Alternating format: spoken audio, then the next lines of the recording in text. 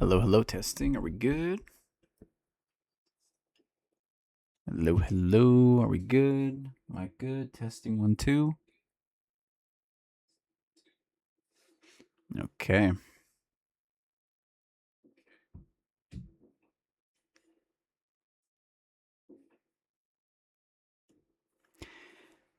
Hello and welcome everyone to the Shurima tier list. We're going to be rating all the Shuriman cards, followers, and champions at the end from S, A, B, C, D, F, and then champions will be at the end. Let's get started. Let me just pull up the game on the phone. Bakai Reaper, 1 mana, 1/2, fearsome. Attack is kind of low. HP good. When you slay a unit, grant me +1 attack. I actually like the Bakai Reaper. I think he's one of my favorite 1 costs. It's like a baby Nasus. The HP unfortunately doesn't increase, but he's still a solid B. Well, is it an A? Maybe he's an A actually. He does stack infinitely, and if you run him in like Freljord Frostbites, he can be a big problem. I'll keep him at high B for now. I don't know if he's A, but he could be. Okay. Bloodthirsty Marauder, 1 mana, 3/1. This is the only unit, only 1 cost, that is 3 attack and can block. There is another 1 cost that is a 3 attack, but 2 HP that can't block in Noxus. So, underrated card, a strong starter. If they have no blockers, that's immediate 3 damage, and then 1 mana that can block fearsomes. Very good. Like, this is an underrated card. Now, the reason we don't see it is it doesn't really fit in Shuriman decks, and aggro players wouldn't go to Shurima for aggro. So it's kind of in an awkward spot, but it's still a good card. So B for now. Maybe this goes A. Okay, we'll keep it like this. Bristlehog, 1 mana, 1/2. Bad stats. The first time an ally transforms, grant me +2/+1, so it becomes a 3/3. Bad card. Transformations happen like a little bit towards mid game, and this thing has no keywords, so it's just useless at the start of the game, and then useless early, mid, and late game really. Now, the one thing that is keeping it from being F tier is the big game Tycoon, because if it does transform, it becomes a 6/6. But it has no keywords, so I'm gonna put it at D, not F. If the Tycoon didn't exist, this would be F tier. Destined Poro, 1 mana, 1/1. Round start, if you level the champion, transform me into Exalted Poro. And that is obviously a 2/2. Sorry, let me just pull up Shurima on the phone. Okay. Exalted Poro. Exalted Poro is a 1 mana 2/2. I have 3 random keywords. So early game, this is one of the worst Poros, obviously. But late game, this can be one of the best Poros if you combine this with Heart of the Fluffed. That's triple keywords. So it's a C. We got A, B, C, and D. Yeah, not the best Poro early, but really good late. Dune Keeper. A 0 Relia card. Disgusting. When I'm summoned, 1 mana, 1/2. Bad stats. When I'm summoned, summon a Sand Soldier. Sand Soldiers of Gils are 1 mana, 1/1s. Ephemeral. If they hit the Nexus, they deal 1 extra damage to the Nexus. As 0 Relia, Giga buff this card. It is a 1 mana, 2 blockers or 2 attackers. So it's good both defensively and offensively. It's definitely better than the Bloodthirsty Marauder because Sand Soldiers can scale. And of course, it is a 1 mana 2 units. So in case you're against aggro, this is a great unit. So high B. Definitely not A. But high B.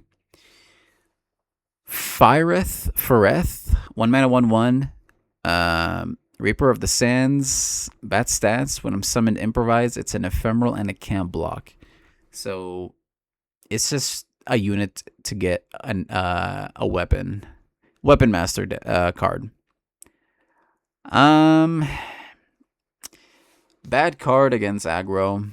Usually you want units at the start of the game to block against aggro, but it is not a horrible card. I'm gonna say C. Well, no, that's too much. I'm gonna say B. It does give you a weapon. You can hit the overwhelm or hit the impact, or not impact, but scout with this thing.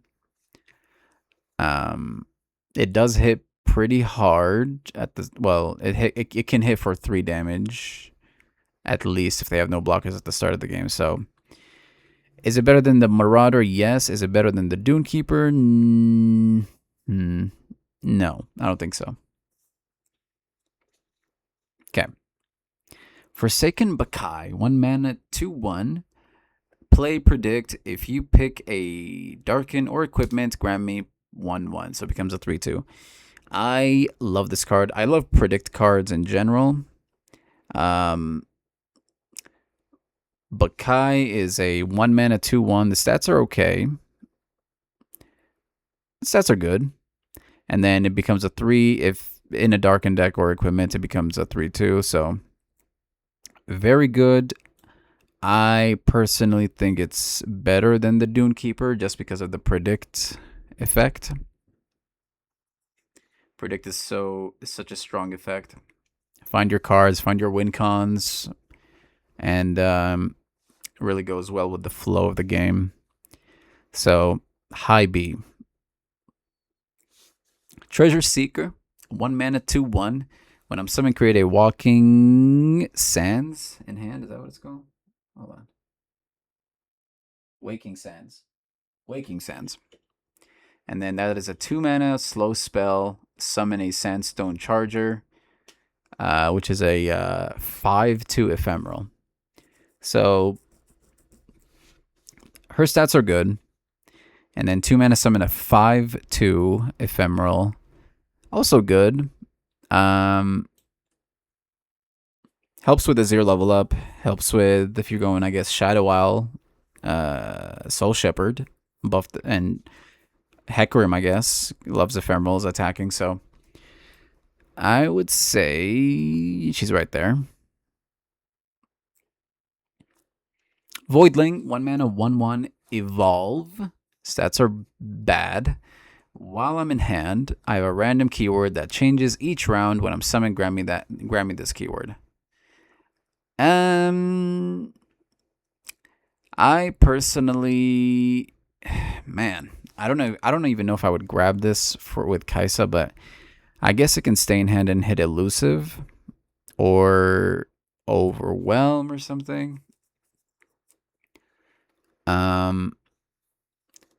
But you do need this card to hit evolve. You're gonna hit evolve mid game at least. So for this to take off and get +2/+2, which is what evolve is, it's gonna take a minute. So it's just gonna sit in the back. It's kind of like a good way to think about it is it's kind of like the Daring Poro. But if you hit elusive or overwhelm, and then you can use Kaisa's spell to copy the keywords, it's useful. I'm gonna say B. Is it better than the Marauder? Yeah, of course, but I don't think it's better than the Treasure Seeker. This would have to sit on the board for a while. You can't block with it because it'll just die, and you need the keyword until Kaisa drops, which is turn 5 or 6. Aurelia S tier, disgusting, and we're not even in Ionia. Anyway, I think that's a good spot. Beat. I feel like I'm being too generous, but I'm going to keep it there and not overthink it. Xerxai Hatchling, 1 mana, 1/1. Bad stats, Lurk, Fearsome. A Lurk unit. Obviously, Lurk attackers are infinite. Attack scales infinitely. So, very scary card early, mid, and late game. It can hit for 10 attacks, so. Let's see. I would say, is it A tier? Honestly, it is a fearsome. I think it is an A tier. Anything that is a big threat at any stage in the game. Well, not any stage, but is a threat. Later on in the game. I think I would put at A tier. If you don't put Zillion at S tier, you're bad. Well, champions have their separate thing. Is this your first tier list? Stop distracting me. Okay, but Hatchling I think is he better than the Bakai Reaper?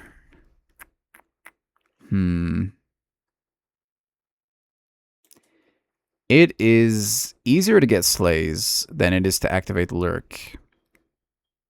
So I'm going to keep him higher. I think the Reaper is better. All-Terrain Trooper. It's our first ambush cards. I was on a tier list, if I'm not mistaken. Oh. When I'm summoned or transformed, grant the weakest enemy vulnerable. 2 mana, 3/1. Good stats. Blocks fearsome. Very annoying unit. So, grant vulnerable. Granting, by the way, Shurima, I think, is the highest region with granting vulnerables. And vulnerable is a very strong and annoying effect. I hate dealing with this card. It is a B tier. Honestly, I think it's more annoying than the Voidling. It blocks fearsomes. I know. Honestly, I think it's over all the way here. Blocks fearsomes, grants vulnerable to the weakest enemy, so you can take out the elusives and the Teemos and anything annoying. So I'm gonna keep it there. All right. Our first Explorer card, and only Explorer card in this region. 2 mana, 3/1. Armed Acquisitioner. Good stats. Blocks fearsomes, and then of course you can pick one of the spells. Very versatile. Another B tier. Definitely better than all of these. Definitely better than the Trooper.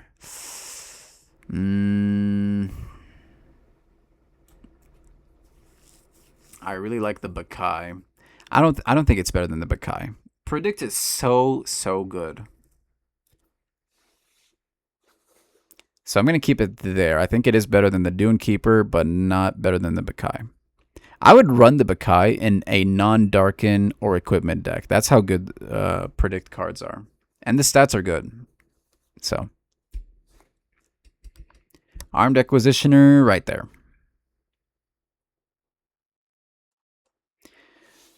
Aspiring Chronomancer. 2 mana, 2/3. Doesn't block fearsomes, but pretty chunky. 3 HP. Play Predict. Another great card. Is this better than the Bakai? Honestly, I think so. Usually, I mean, the Predict effect, of course, is great. Fantastic. The 3 HP, I always value HP. In most cases, I value HP more than attack. Because if you're against aggro, this is way more valuable. Yeah, chunky unit. It doesn't block fearsomes. Maybe the Bakai is better. Because this can actually block fearsomes if you actually get the Darken or Equipment. So this feels better. I think the Bakai is better. But this is right behind it, I think. Maybe right here. I don't know. They're almost honestly evenly matched, I think. Okay. Belvethai Elder, 2 mana, 3/1, Spell Shield, and Evolve. So, of course, Evolve as +2/+2. Like Arabian days. Hugo with the 9 months in the Arabian desert. Thank you very much, Hugo. Appreciate the support. 2 mana, 3/1, blocks Fearsomes, has Spell Shield. Very crucial keyword for Kai'Sa late game. Very crucial.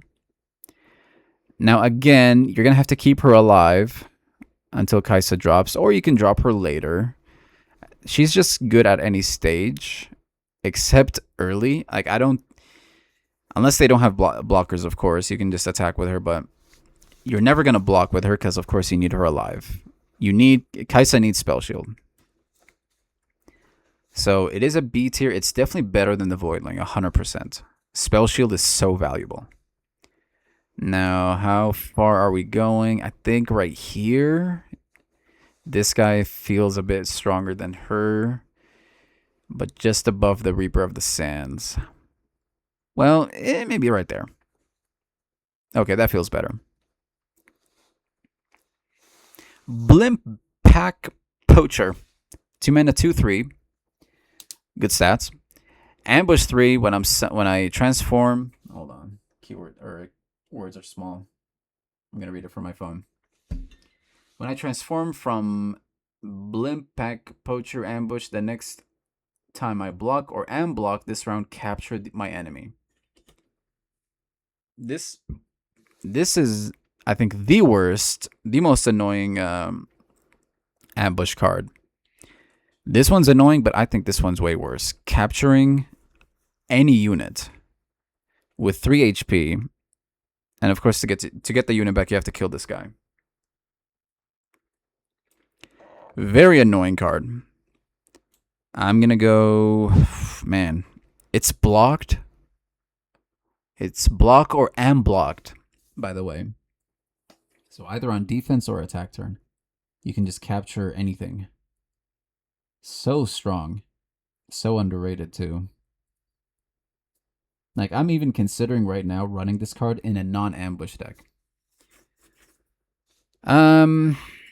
Maybe there. Not much use it? What? Not much use? Yeah. Underrated, huh? Very underrated. Whenever I'm against ambush, I always fear this card. I never fear this thing. I mean, this thing is annoying, but I always think of this card. Like, oh, please don't be this card. So let's keep it right there. Yeah. All right. Bomber Twins, 2 mana, 3/2. Good stats. When I'm summoned, create a random landmark that costs 2 or less in hand. Oh, I'm gonna sneeze. Excuse me. Okay. Good stats. No keywords. Blocks Fearsomes. Nothing crazy. Creates a random landmark that costs 2. Good for Ziggs. Obviously, it says Ziggs. It's a Yordle too. Ziggs likes this card. Xerath likes this card. Zillion likes this card, kind of. I do think this is this is better than Marauder. Is it better than the Voidling? Yeah. The versatility of the 2-cost landmarks. There's a lot of good 2-cost landmarks, but there are bad ones. Maybe right there, actually. I'm not gonna praise it too much. Now that I think about it, the only time I grab this card is Bandletree. And nothing else. I don't even grab this in Ziggs or Zillion, because there are better cards. It's not a bad card. They're just better cards to run. So, it's okay. It blocks Fearsomes, creates a landmark in your hand. It's okay. Alright. Clockwork Curator, 2 mana, 2/2. Play Advance and Allied Landmark 2 rounds. Very good in Thrall decks, Lysandra Thrall decks, and of course, I personally wouldn't run it in Mono Shurima. But you can go crazy with advanced cards to rush the Sun Disc. Now the stats are not great. It does not block fearsomes and it's not 3 HP.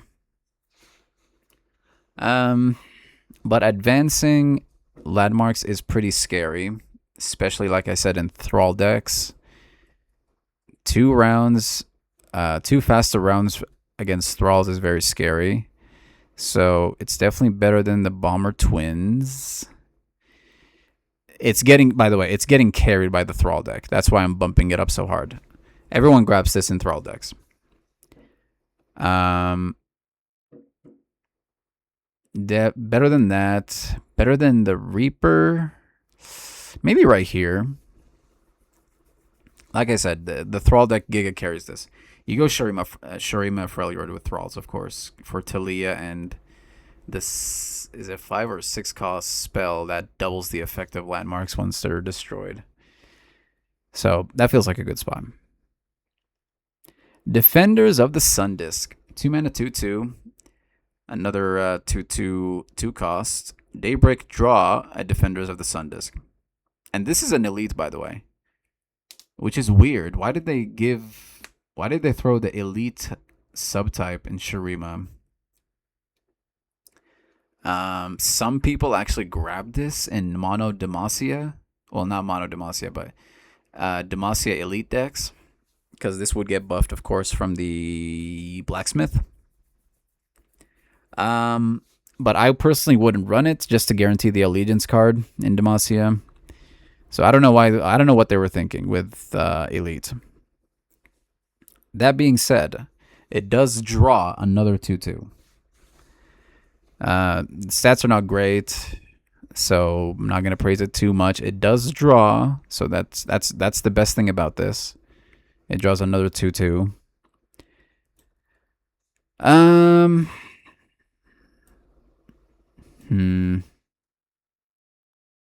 It's not C.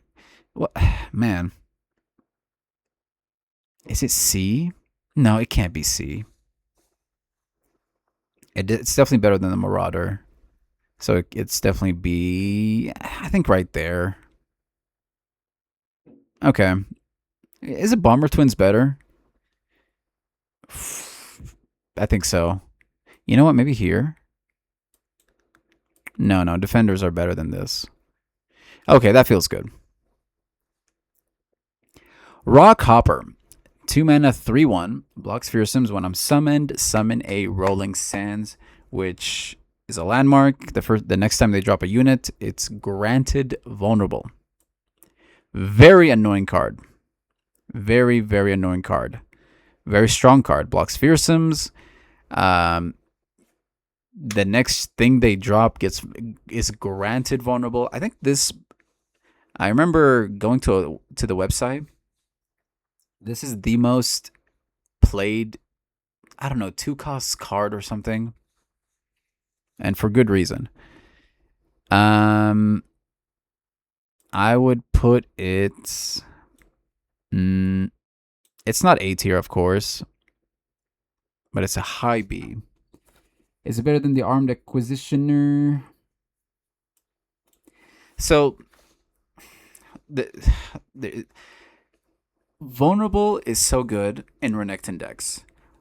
And then it summons a landmark, which also helps Azir, also helps Xerath because it's a landmark. The landmark gets destroyed, which also helps Xerath and Ziggs. This card is such a good bridge in many decks. And for that, I think I have to bump it up to high B. It's such a good card in a lot of decks. Okay. Ruinous Acolyte. 2 mana, 2/1, fearsome. Destroy an allied landmark to grant Ruinous Acolytes everywhere, +1/+1. Definitely an A tier. In fact, it's better than the Bakai Reaper.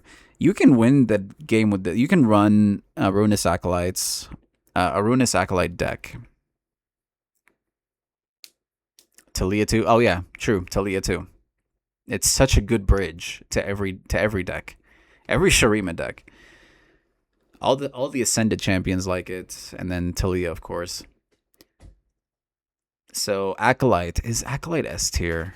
It's gonna take some time. Be right back, chat.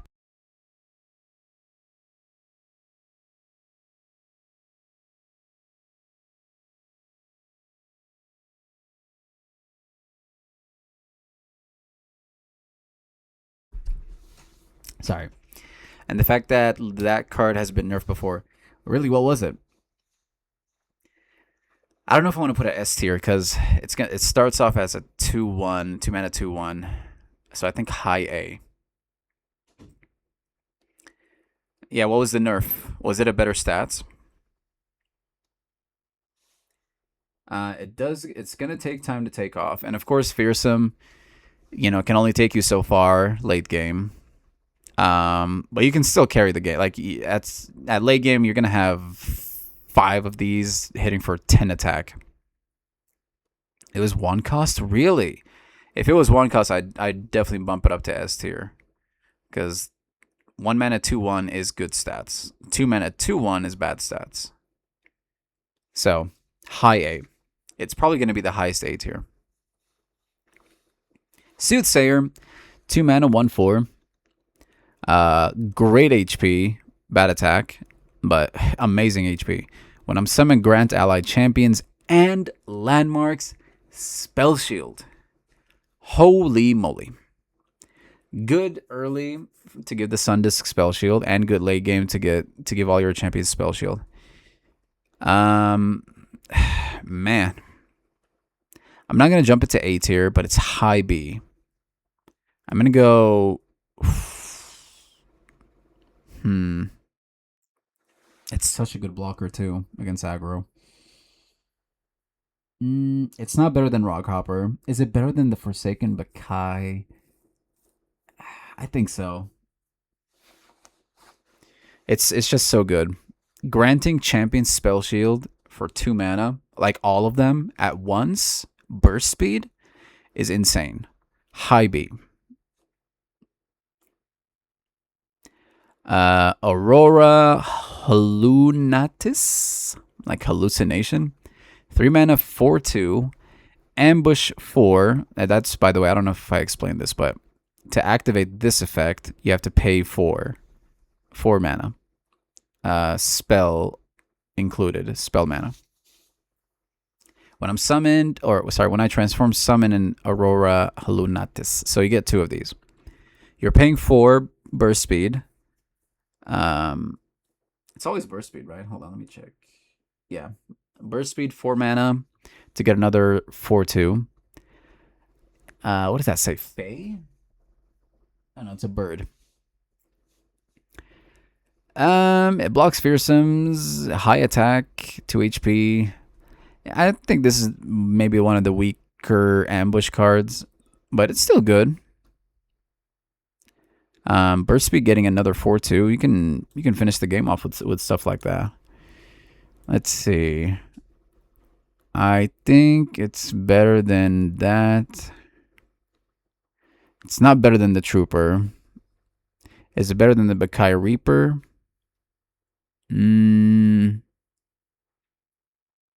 Maybe. I think so. We'll keep it right there. Right behind the Trooper. Avenging Vestaya. 3 mana 3/3. Good stats. Spell Shield. Incredible. Ambush 3. Spend 3 mana. When I'm summoned, when I transform from Avenging Vestaya, Ambush, stop all fast, slow, and skills. So this is like the ultimate deny. And it has Spell Shield. And I don't know if even if it didn't have Spell Shield and you killed it, does the thing still go off? I don't know. Either way, it has Spell Shield. It's like a Rite of Negation. Honestly, I would run this instead of Rite of Negation every time. It's definitely B tier, by the way. It is definitely better than the Poacher. I know this is annoying, but skills and spells, this thing is by far way more annoying. Like this guy counters units, this guy counters she counters spells. And that's all spells. And she has spell shield, so all even more better. Let's see. Right above him, I think she's better than that.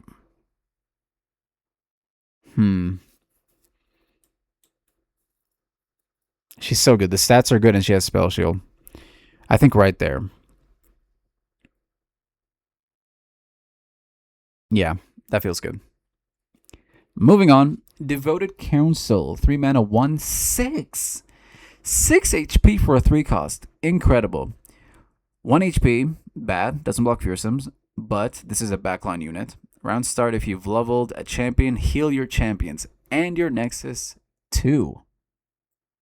It's just a worse Cosmic Youngling. And I mean way worse. But still good. 6 HP is incredible. It's not hard to level a champion. Obviously in Shurima, I mean, there's you can grab another region. It doesn't need Shuriman champions to activate. It just needs a champion to level up, which is very easy to do. Underrated card. We don't see this often. This is a very good counter to aggro decks. Definitely better than these guys. I'm gonna go. I kind of like it more.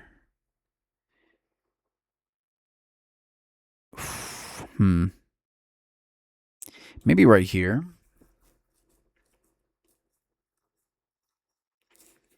It can, like, it doesn't heal itself. But it heals champions, which is not going to be used as often. You're probably going to heal you just want to grab it for the heal of the Nexus.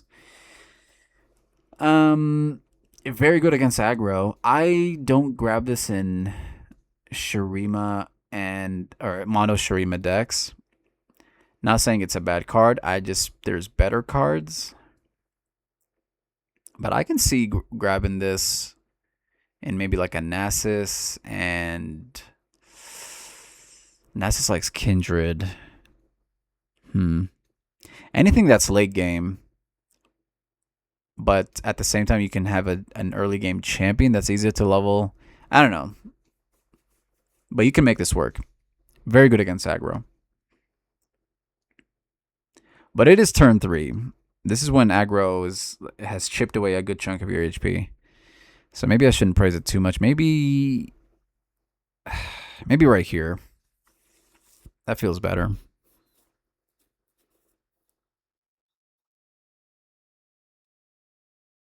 Is it better than the Trooper? Okay, right there. There. I'm not going to change it. Right there is good. Domination, aka the Skank. 3 mana, 2/2.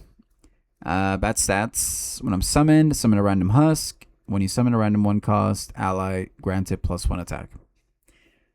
Annoying backline card, of course. I personally think Soul Shepherd is way better than this, but she is still very strong. Soul Shepherd, of course, is 3 HP, and she's and buffs ephemerals, but she's played differently. I would say she's not A tier. Definitely not A tier. And because she's at 2 HP, she goes all the way down. Let's see. Is the Poacher better than... I think the Chronomancer is better than the Poacher. Maybe. Hold on, let me put it like this. Okay, where does Domination go? Maybe she's very easy to kill is the thing. Maybe right there. You at least get a buffed husk immediately. Right.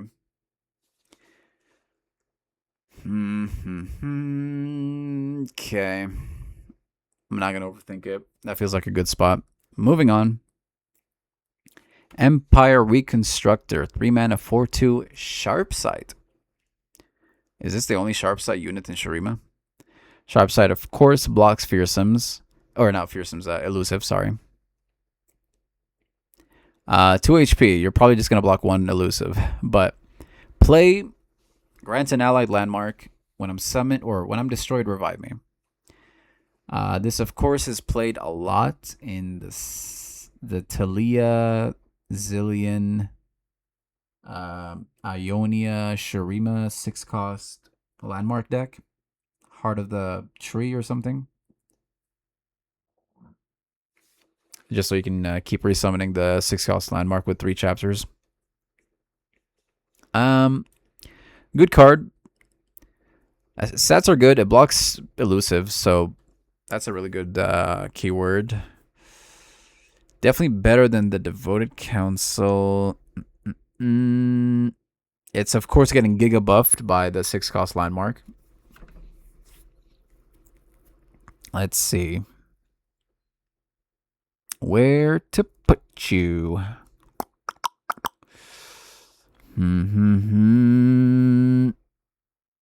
Better than the Trooper. Better than the Chronomancer. Better than that. Maybe right there. 1 less than the Domination.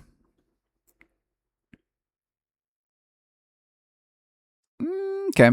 You can, of course, use this on the Sun Disc in case it gets destroyed. But she does a way better job with granting Spell Shield. Because I think if the Sun Disc gets destroyed and it gets resummoned or revived, it resets the counter or the countdown, if I'm not mistaken, but I'm not sure. Endless Devout, 3 mana, 3/3, good stats.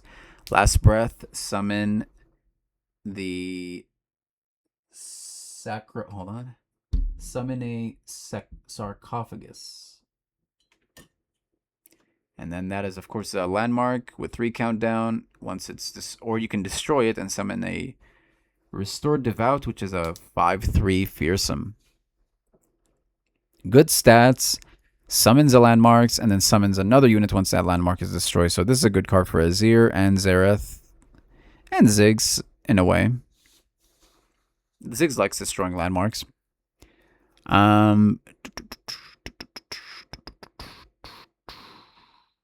Right there. Okay. Right above the Devoted Council. Water Break. Okay. All right, that seems fair. Good card. Esteemed Hierophant. 3 mana, 3/4. Good stats. When I'm summoned, advance your buried Sun Disc 3 rounds. I don't like that it's specific. I mean, if they should have just made it advance a landmark 3 rounds. Because it's specific, it's not as good as the Clockwork Curator. Even though the stats are good, because it's too specific, it's gonna get dropped. I think Elder's better. She's better. 3 rounds also is not that much. Like if it was 4 rounds, maybe I'd bump it up a little bit. I don't even grab this card. I'll put it right there, I think. Well, no. I think the Bomber Twins are better. Is it a C? I can't go C. The stats are too good. I think right there is good. Yeah, I don't even grab this in my Mono Shurima deck. Like, why grab this when you can run the 3 mana burst speed, summon 2 vulnerable landmarks? It's such a good card. Or spell. So, low B. Hothead. 3 mana, 3/3. Good stats. Attack. Grant the top champion in your deck +1/+1 and a random keyword. Another it's a random keyword, but 1/1 is fantastic. The stats are good. You can kind of invest in this guy. Maybe give him swinging glaive and then quick attack and keep attacking, and then giga buff your champion. Yeah, good card. I mean, how many times are you gonna get this effect off? Probably once, at most twice. But it's still good. I would say right behind the Endless Devout. The random keyword is nice, but there are so many keywords that some keywords are just useless. Like what is an impact Zerath gonna do, you know? But the +1/+1 is the best part. Yeah, I think right there is fine. Mid B. All right. Kahiri the Student, 3 mana, 3/3, good stats. When I'm summoned, if you've predicted this game, grant me +1/+1. So it becomes a 4/4. Very easy to predict before turn 3. So most likely he's going to be a 4/4. No keywords, literally just a meat shield. Yeah, right there. He's not better than the defenders because this at least draws you more units. He's a 3 mana 4/4. So, and most likely you are going to hit the 4/4 by the time you drop him at turn 3. So, great stats, but that is it. Okay. Merciless Hunter, 3 mana 4/2, fearsome, play grant an enemy vulnerable. A lot of things happening. So, attack is good. Attack is great. It's a fearsome. 2 HP, a little bit weak on the HP, but that's fine. It hits for it. It compensates with the high attack. Grant an enemy vulnerable. Renekton loves this card. Anything vulnerable, Renekton loves. You can drag units that can block fearsomes away, so she can hit face. Very good card. Definitely better than Hothead. Is it better than the Endless Devout? Yes. Is it better than the Trooper? Also yes. Better than the Dune Keeper? Honestly, I'm gonna go all the way.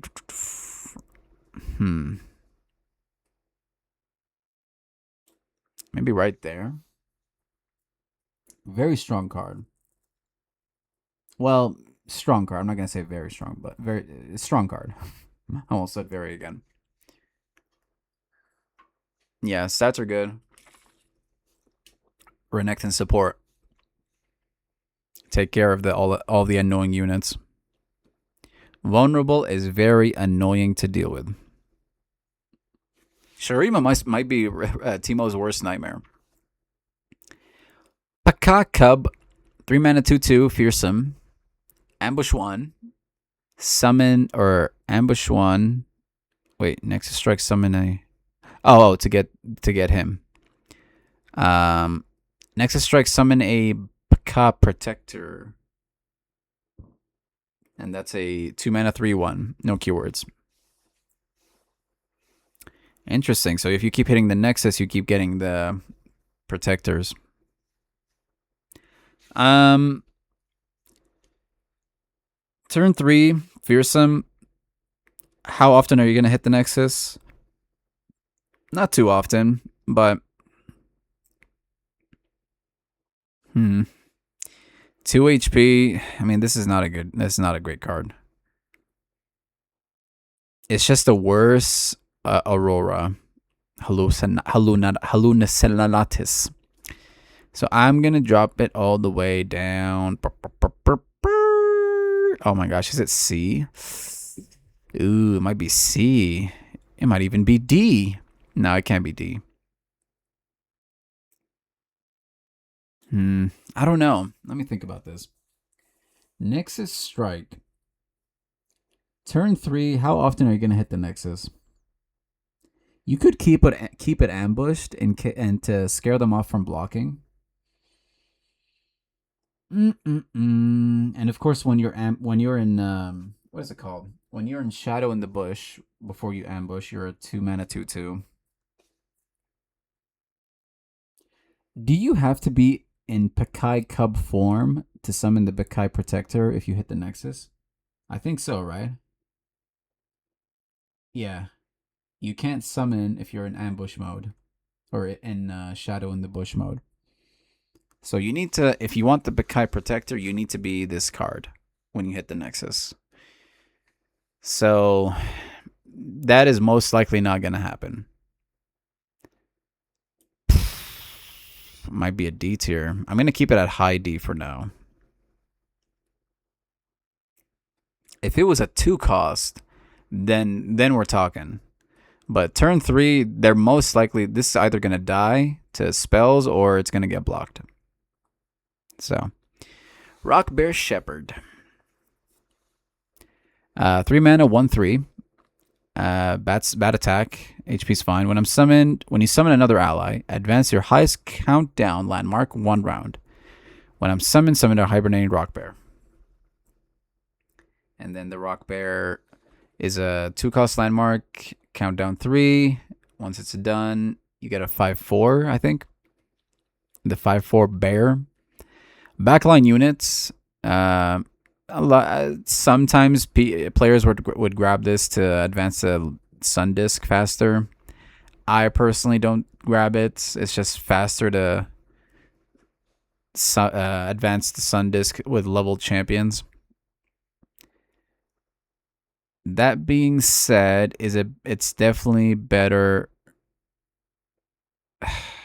Okay, hold on.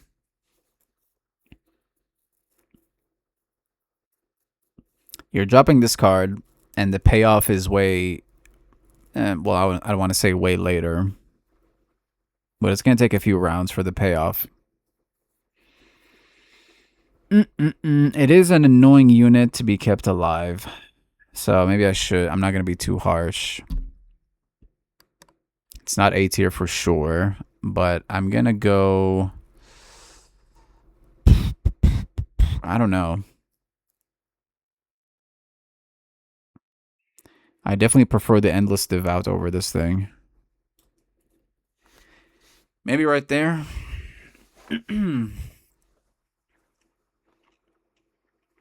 Right above Hothead. Yeah, I mean, I don't run this card. It's not saying it's bad, but the stats are. The payoff is later. So, meh. It's a meh card. For me, at least.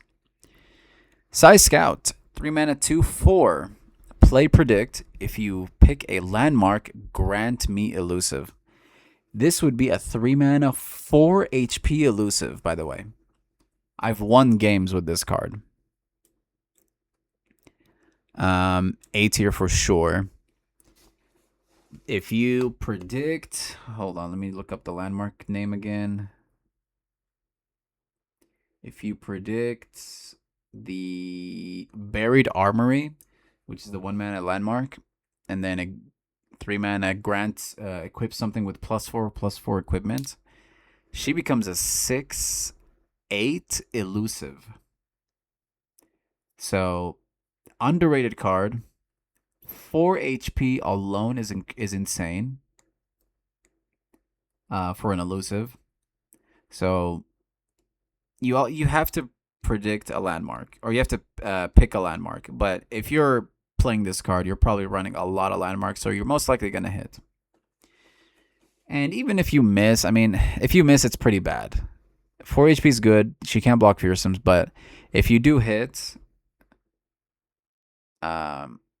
she can carry the game. So I'm going to keep her right here. Lowest A tier for now.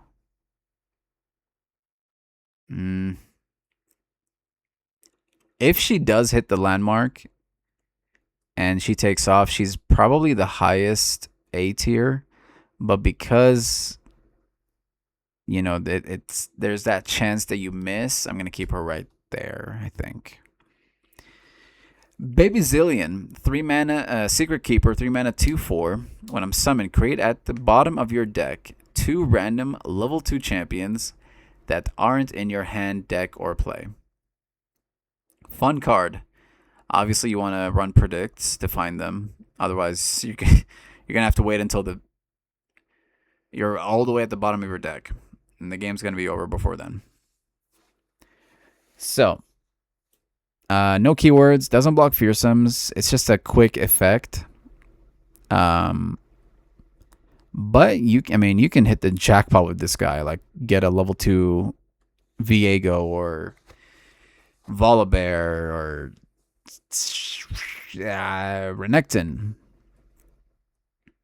So very strong. I do think he's better than all of. Yeah, he's definitely better than the rest of these. It's such a gamble though. There are level 2 champions that are worthless. Or no, sorry. There are champions that are worthless, but level 2 champions are usually a big difference from their level 1 forms. So I'm going to go, I think right here. I think that is a good spot. If it was a fearsome, if it was 3 attack, I'd probably bump it up to like right somewhere here. Okay. Tomb Raider Barbara. 3 mana, 3/3, good stats, reptile. Each round, the first time another ally dies, or last breath, create a lucky find in hand. And lucky find is Akshan's lubricant. It's what he just slobbers and sucks on lucky finds. He loves lucky finds. He is a man whore for lucky finds. Anyway, Barbara's annoying. It's the first time, thankfully. If it was when an ally dies, create a lucky find, she'd be busted. It's only the first time each round. Still very annoying. Kind of a backline unit, but you can invest in her. Throw a swinging glaive on her. And if she dies, you get a lucky find too. So Barbara goes.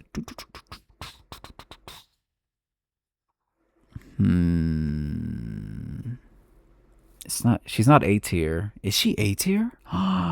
No, she's not A tier. She's not A tier. If she had a crazy keyword, then maybe.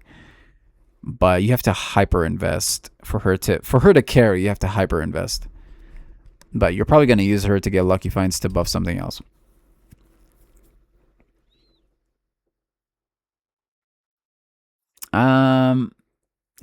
She's top here, top B tier. I think right there, below the Avenging Vastaya.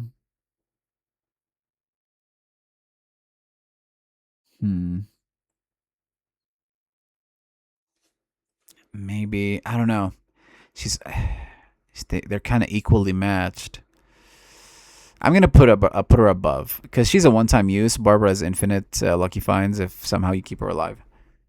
So, okay, right there is good. Oh my gosh, Vekarin Vagabond, 3 mana, 3/3. Akshan Waifu. When I'm summoned, summon a Warlord's Palace or advance it 2 rounds. And that's Akshan's instant landmark summon. To level Akshan, it has to advance 8 rounds.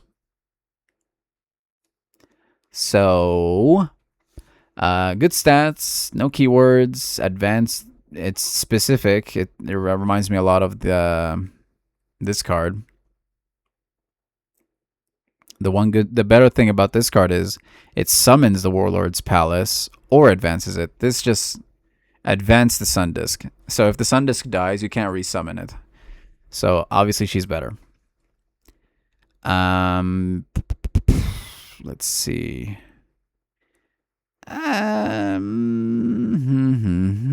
How good is she? Do I even grab her in Akshan deck? Stats are good. Maybe right above the... No, she's better than Bomber Twins. Better than Voidling, yes. Better than the Treasure Seeker, yes. The Warlord's Palace is a very strong landmark. And then once the Warlord's Palace is done, let's see. Oh, only Akshan summons the Warlord's Horde. Um, I think right there. Maybe above the Belvathai Elder. Okay, right there is good. Okay, we'll keep it there. Wastewalker, my man, Baby Zerath. 3 mana, 3/3, good stats. Overwhelm. When you destroy an allied landmark, grants me 1/1. This card can take off and become a problem. Infinite stackage. I love running this in Zerath and Ziggs decks. And of course, definitely A tier, by the way. Of course, in, let's see. Actually, S tier. Of course, in Shurima, the landmark we mentioned, the Buried Armory. It gets destroyed. He gets 1/1. You throw the Treasure of the Sands on him. He's a 9/9 or 10/10 by turn like 5 or something. Our first S tier. Now, this is only S tier because it's Overwhelm. These guys are fearsome, and again, fearsome can only take you so far. And she is a rare case of elusiveness. So, our first S tier. Xenotype Researchers. 3 mana, 3/3. Good stats. When I'm summoned, grant 3 random allies in your deck +3/+3. You definitely want to find those as fast as possible. So you're gonna run predicts. It's a good card. +3/+3 is insane, and these are to 3 random allies. I would like, man. Imagine you play this and then Dawn and Dusk or something. Or oh my gosh, copies. Piltover copies of this card. That sounds fun. And you just giga buff your deck. She's like a Revna, a worse Revna. Let's see. Definitely, I honestly think she's better than the Shepherd. Better than the Secret Keeper, yes.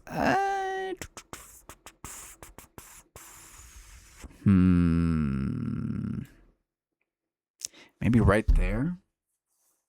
It is 3 random allies, but you can make a deck to where you have very little units, so that you have a higher chance that your carries get hit with the 3/3. So right there is good, I think. Good card. Xerxite Caller, 3 mana, 2/3, Lurk. Play Predict. This is obviously not as a threat as the Xerxite Hatchling because it's fierce. This one's fearsome. But this one is Predict. No keywords though, besides Lurk, so it's just a big attacker. Definitely B tier, not A tier. I would go. It is Predict, but obviously you're gonna run this. This in a way guarantees you hit Lurk. Let's see.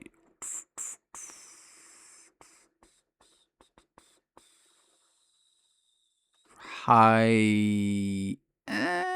Is this better than the Merciless Hunter? Maybe right there.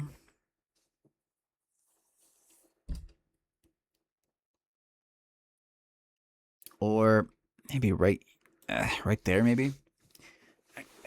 Kind of feels good. Again, if it doesn't have keywords, if it had anything, if it had fearsome, I'd definitely bump it up. But that feels good. I didn't mention this either. Hatchling turn 1, you're almost guaranteed to hit face. Almost always guaranteed to hit face. That's why it's also very strong. So Zero Side Collar right there feels good. Moving on. Oh, that's all the 3 costs. Let's see. Let's finish the 4 costs and then we'll take a break. Bakai Sand Spinner. 4 mana, 5/3. No keywords. Play, grant an enemy -1 and vulnerable. So it's just a big nerf. The grant an enemy -1. I mean, this is a Renekton card, but it's worse than Merciless Hunter. I definitely prefer Merciless Hunter over this card. I would say the grant vulnerable is good. The -1 is kind of meh. I think it goes, man.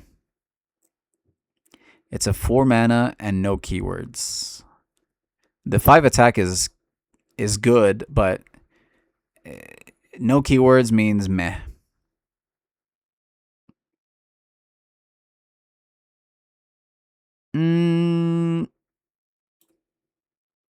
Maybe right there. No, it's not a bad card. Merciless Hunter 100% way better. Okay. Callous Bone Crusher. It's like a wrestler. 4 mana, 6/4. Great stats. Incredible attack. Reputation, I cost 1 less. And when I'm summoned, grant me Overwhelm. So if you hit Reputation, she's going to be a 3 mana, 6/4 Overwhelm. Feels like underrated card, isn't it? Now, Reputation. Let's talk about Reputation. Obviously, it's mostly in Noxus. Reputation's mostly a Noxus region. Noxus keyword. Well, not keyword, but effect. Noxus and Freljord are the best Reputation cards, regions. Because Freljord has Yetis, Noxus hits hard. And has Reputation cards. Are you ever going to go Shurima? You could. Let me take a look at the champions of Shurima. Renekton's not even... I guess Sivir. Yeah, Sivir is the Reputation champion in Shurima. So I guess you could go... LeBlanc Sivir. I forgot about that. Okay. It's gonna take a minute to hit Reputation. So this card's just gonna sit in your hand until you hit Reputation, then you can drop her. But still a strong card. I would say. Is this better than the Shepherd?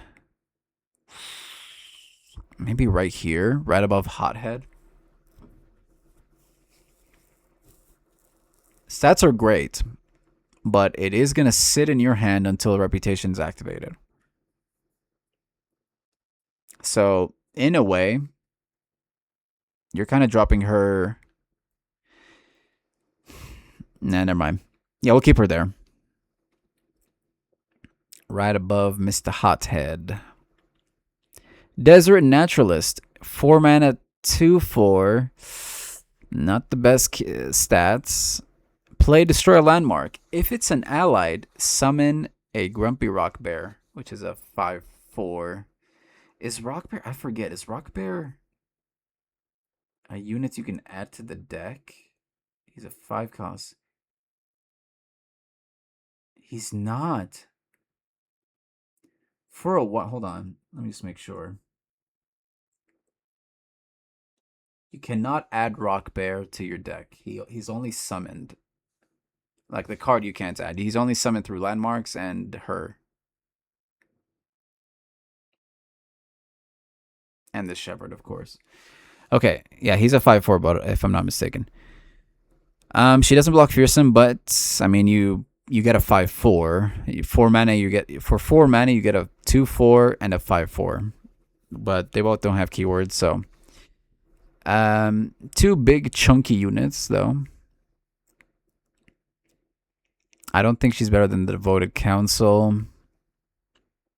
Is she better than the Aurora? No. Better than the Treasure Seeker? Maybe not. But better than Voidling? I think so. Okay. You're just getting meat shields. Again, no keywords. You are destroying a landmark, which helps Zareth. But I don't even run her in Zareth decks. So I guess you can use her to destroy his landmark. That'd be a good curvature. But I still would not run her. I'd grab other cards. Oh, then there's another elite. Hold on. Does that say elite? It is. My gosh, man. I don't understand. Anyway, why did they throw in elites? General of the Dunes. I've never watched the Dune movies, by the way. Need to watch it with the wife. She watched the Dune movies. 4 mana, 5/4, good stats, no keywords. Daybreak, or when you activate another Daybreak, grant the weakest enemy vulnerable. So if you drop this guy immediately, the weakest enemy is granted vulnerable. Fantastic. Stats are good. It's kind of a backline unit. Let's see. There's a lot of B cards in this tier list. Better than Hothead? Hold on. Let's see. Let's go through this. Definitely better than these guys. So it's a Daybreak. Hold on. Let me analyze this. It is a Daybreak card. So are you going to grab this with Leona? Targon Shurima. Is that a thing? Where do we go with Leona? Is it just mono Shurima? Or mono Targon? Let me just check really quick.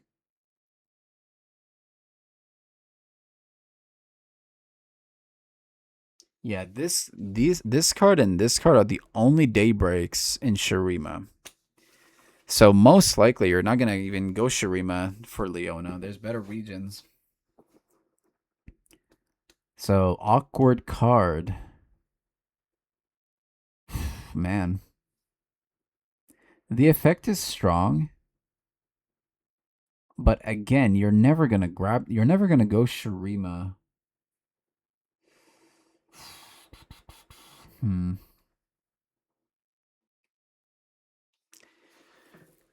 Weird card. How do I rate you?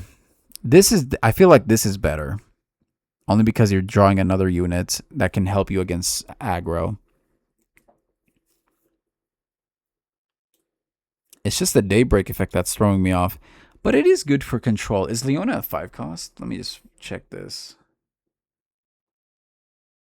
Leona is a 5 cost. Okay. So the curvature is good. You drop this and then you drop Leona. Everything gets vulnerable. You got good control over the board. Okay. I'm going to bump it up then. Let's go.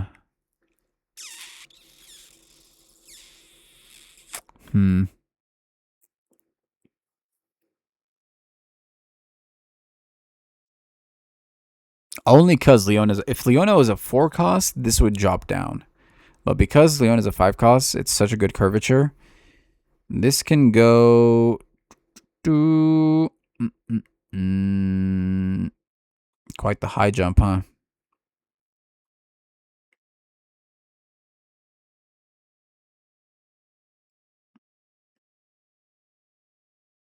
And then if Ravoon's on the board, reading it is good. Yeah, it is good. And the stats are good. Ravoon, and if Ravoon's on the board, you're just granting vulnerable left and right. Honestly, I kind of want to make a deck around this with Leona, but how often do you want vulnerable mid game? Like that much control mid game?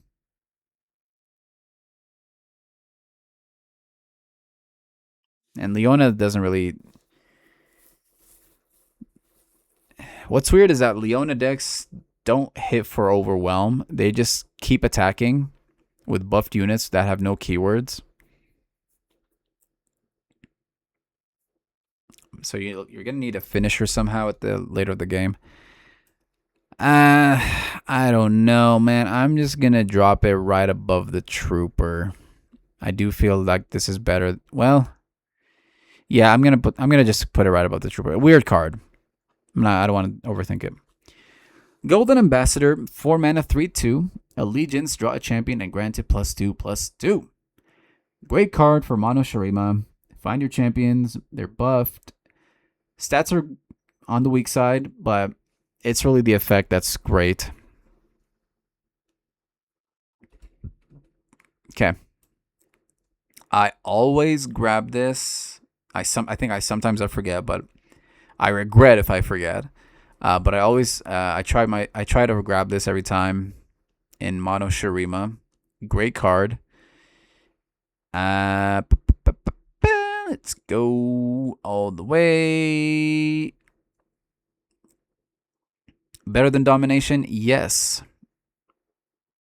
The stats are a little bit on the weak side. Maybe right.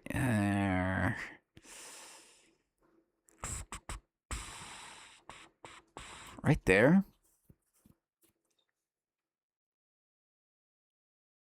Okay, let's keep it there.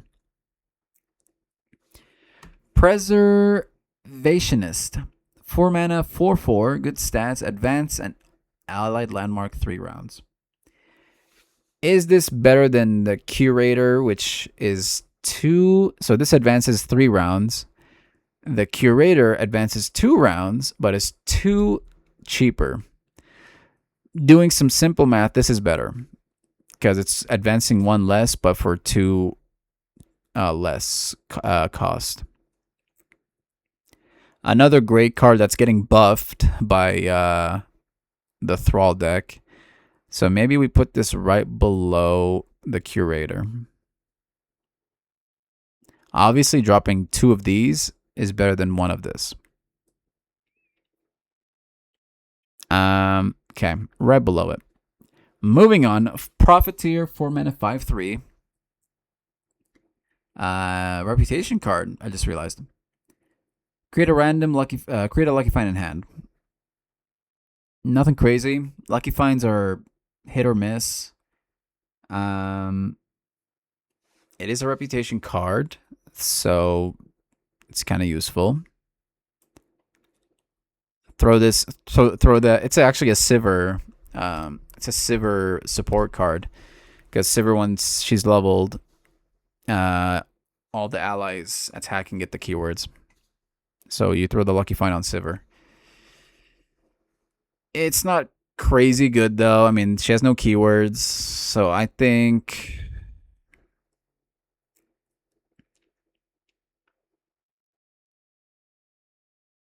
right above. I do think she is better than that because you can drop her immediately. This has to wait. Just sit in a dead card in hand for a bit. You're also again buffing the Sivir, which buffing the Sivir means buffing your other allies. Profiteer, okay, right above the Bone Crusher. I feel like the Devoted Council should be higher. Kind of like this card. The more I look into it. There is no way that General of the Dunes is better than Devoted Council. Let me bump this up, man. Let's drop it.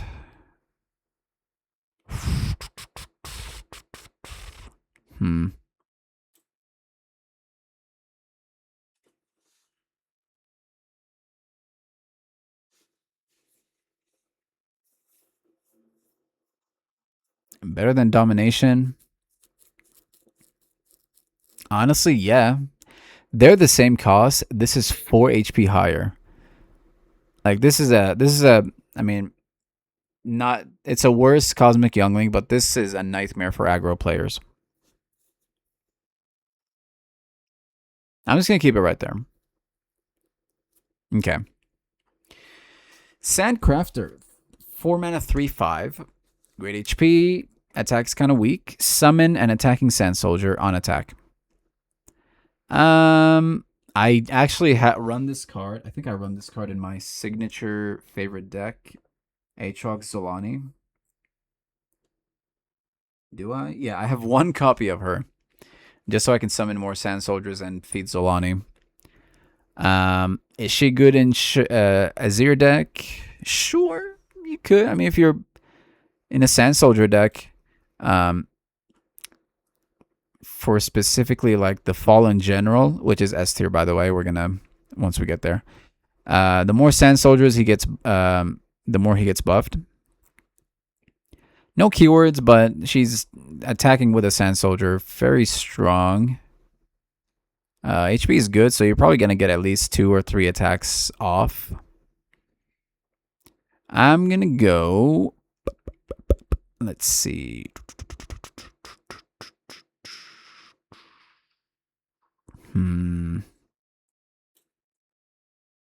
Honestly, I kind of like her more than Domination. Is she better than the Ambassador? No. So we're just going to keep her right there. High B. Who the is this? 4 mana, 4/4, Veteran Safecracker. Honest to God, like I haven't read it yet. I don't know what she does. Let's read it. Play, give an ally +2 to give an enemy -2 this round. Wow. That is bad. So the ally doesn't get vulnerable. Or the enemy, sorry, doesn't get vulnerable. It just gets -2. The Path of Champion common card. This thing? Man. I hope she gets buffed, because that is bad. I mean, the stats are good, but what is the point of giving an enemy -2 if you can't attack them? But I'm not going to be too harsh. It's a D. Is it better than Bristlehog? Yes. Is it better than Pack-a-Cub? No. Okay. And the only reason she's not F tier is her stats are good. So. And it's only this round. What a waste. Voice of the Risen. 4 mana, 3/4. If you've leveled a champion's allies have +2 attack. Very annoying card. I see a lot of Echo players. Echo. What do they run with Echo? I can't remember. It's another champion. But anyway. Oh yeah, Chrono Break. So Echo, Chrono Break, and then when everything attacks for a free attack ephemeral, everything has +2 attack. Very annoying card. Also annoying with Azir, because you can just buff Sand Soldiers. Sometimes Azir Aurelia players will grab this. I personally wouldn't, but it's still a very annoying card. Definitely stronger than the Sandcrafter. It's not A tier.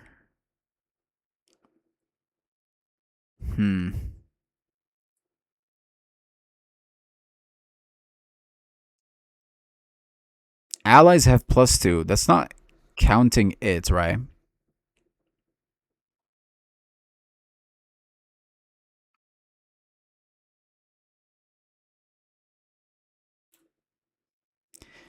I don't know if it. I don't think it counts it, right? It doesn't. It doesn't say other allies, so it does say. I guess it does count it. So it'd be a 4 mana 5/4.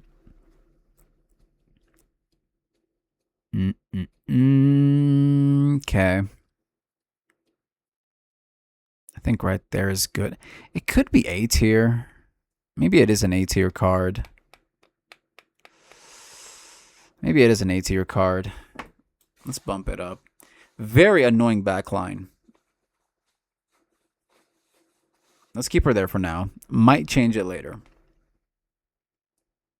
And honestly, like, if it is A tier, it's definitely better than... Maybe she's all the way up here. It's not S tier. But, man, I need to think about this. She doesn't carry. The difference between her and these two is that these two can well, not carry the game. I think high 8. Okay, like, these guys can't carry, but they do scale. Let's keep her there for now. Okay. Void Blaster. 4 mana, 4/4 Overwhelm, evolve. So it becomes is very basic card. It becomes a 6/6 once you've evolved. 4 mana, 4/4 Overwhelm. You're probably not gonna hit the Nexus for that much, because the stats are basic. But at some point you're gonna be a 6/6.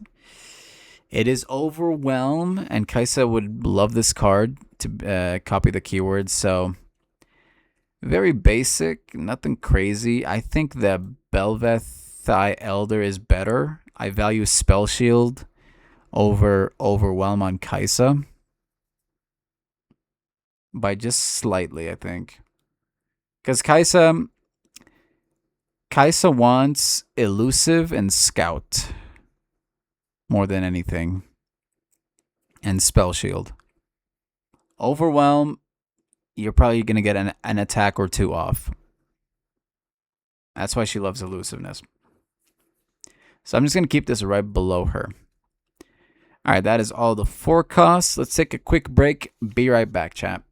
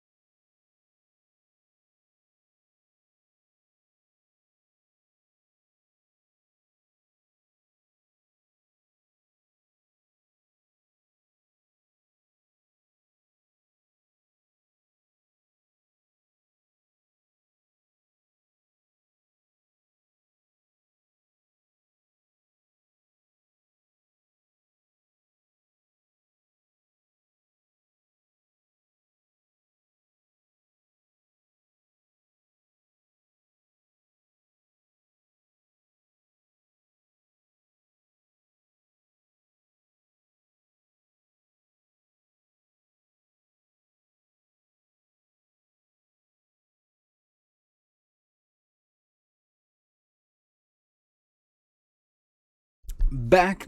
Let's roll. Okay, boom. After a little bit of consideration, I say let's bump this to S tier. Her A tier. I think the hatchling should not be here. Well, maybe these two shouldn't be here. Maybe they should be high A.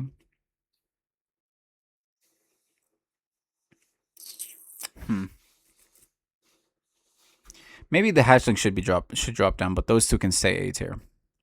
So let me get this down.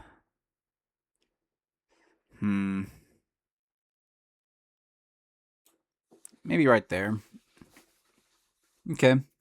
That feels a little bit better. I might tweak it later too. Moving on. Bakai Witherclaw. 5 mana, 5/4. Good attack. A little bit weak on the HP. Play grant enemy vulnerable. Great start immediately. When an enemy is challenged, give it -2 this round. This is what this card wish it was. This is just way better. I have ran this, and you know what? I can't believe I forget to grab this, but this is a great Renekton support card. So yeah, very good effect. It's kind of a backline unit, but at the same time, great stats for an offensive unit. No keywords though, so I'm not gonna be too generous. Better than the General of the Dunes for sure. Is this better than the Merciless Hunter? I think yeah, I think so. Better than the Empire Reconstructor. I'm just gonna put it right above the Merciless Hunter. Okay. The Dune Swallower. 5 mana, 9/6. Fearsome spell shield. To play me, kill an ally or one of your mana gems. Or one of your mana gems 3 times. Kill a mana gem. I've never heard this phrase. Yeah, you pay a lot to get this guy. Spell shield and fearsome. I have made a deck with this, and it actually went well. I use it to kill allies. Destroying 3 mana gems is way too much.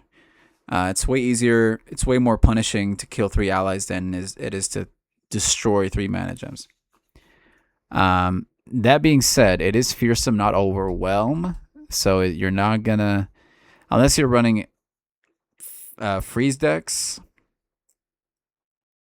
If you're running this in a freeze deck, or Shurima has a good chunk of spells and units that reduce their attack, so they can't block this. It is. I mean, it's a B. It's not quite A tier. You have to really build a deck around this. I'm gonna go right above the Xeno Researcher, maybe. Weird card. Very weird. One of the weird cards in the entire game. But very cool effect. Okay, right above the Zersai Collar. And I'm not going to say anything more. Zereth Waifu.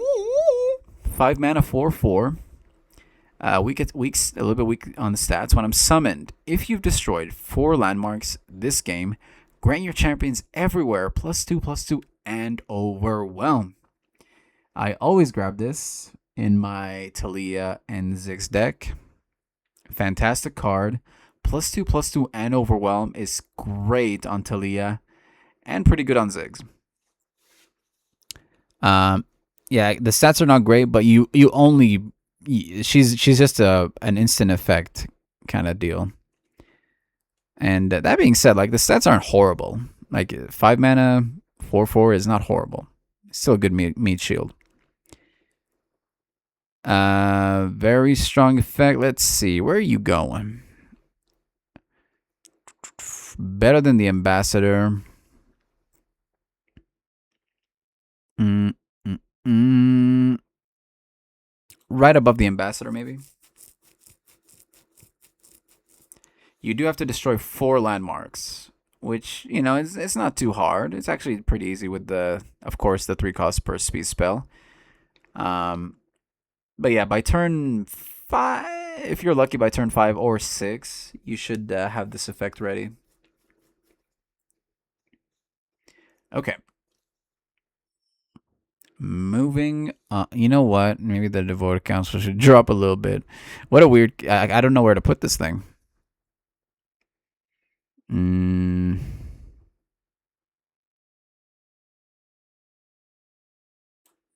Maybe right there.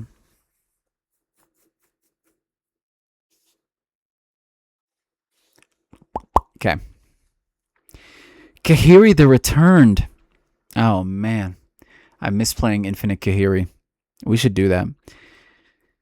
But I need a champion for the thumbnail is the issue. All right, 5 mana, 3/3. Horrible stats, fearsome.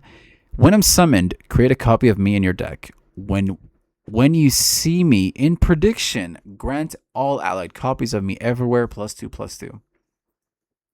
I've made 2 or 3 Infinite Kahiri decks, with of course War Mother's Call, and you just get Infinite Kahiris every turn. It's so fun. Great card. This can actually carry the game in the correct deck. Is it S tier? I mean, if the Acolyte is S tier, this has to be S tier.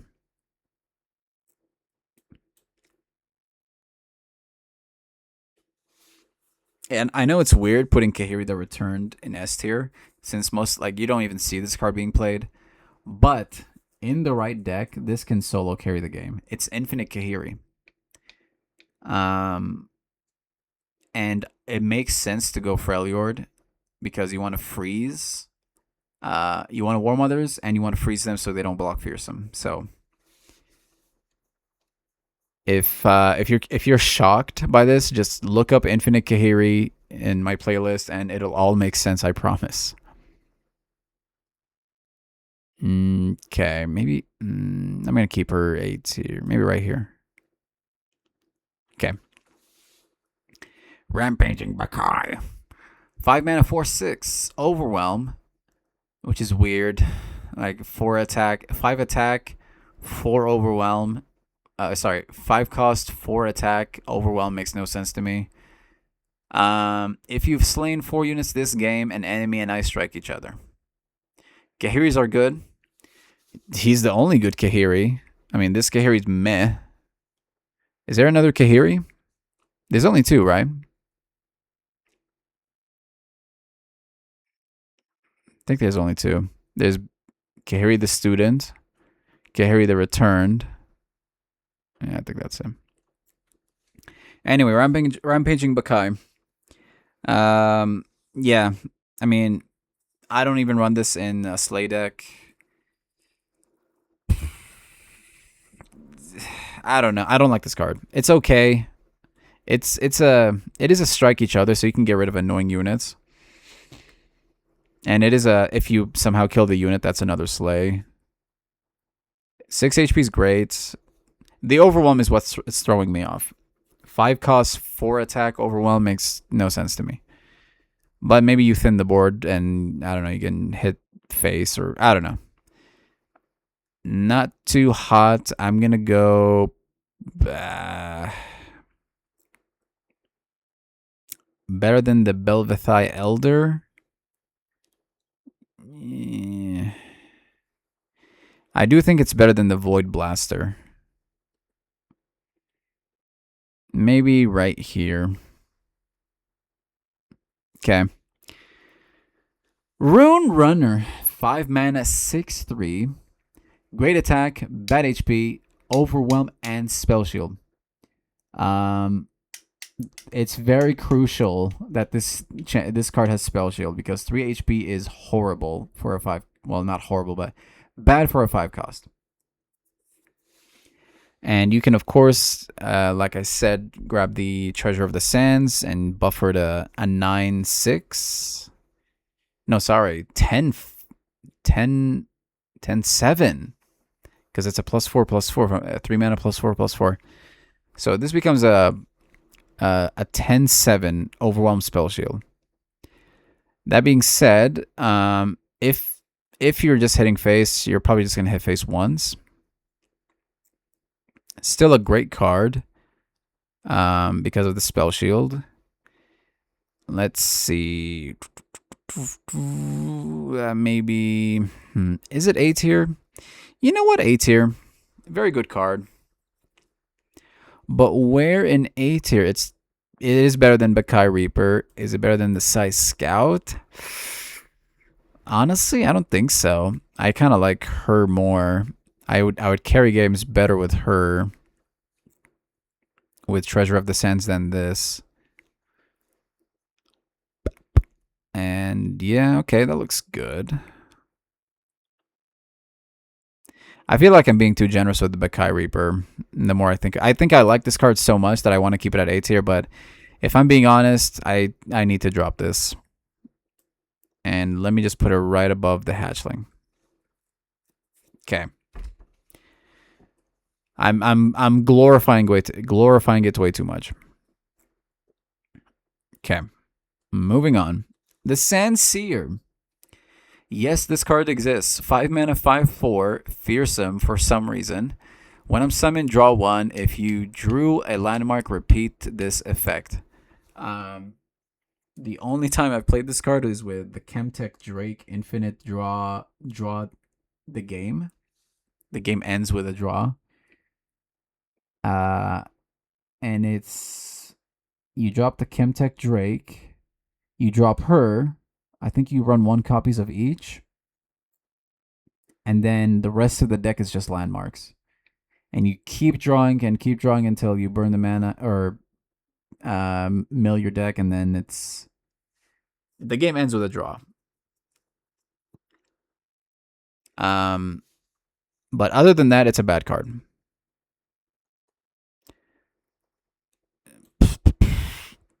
You know what? Hold on. How bad is it? When I'm summoned, draw 1. Okay, so 5 mana, 5/4, fearsome, draw 1. Fearsome at this stage in the game is, not useful. If you draw a landmark, repeat this effect. How often do you want to keep drawing landmarks? It's more so the draw 1 that's good about her.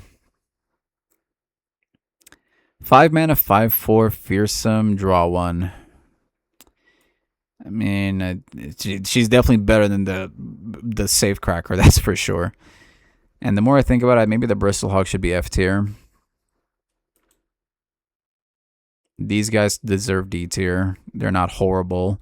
This is bad. Okay.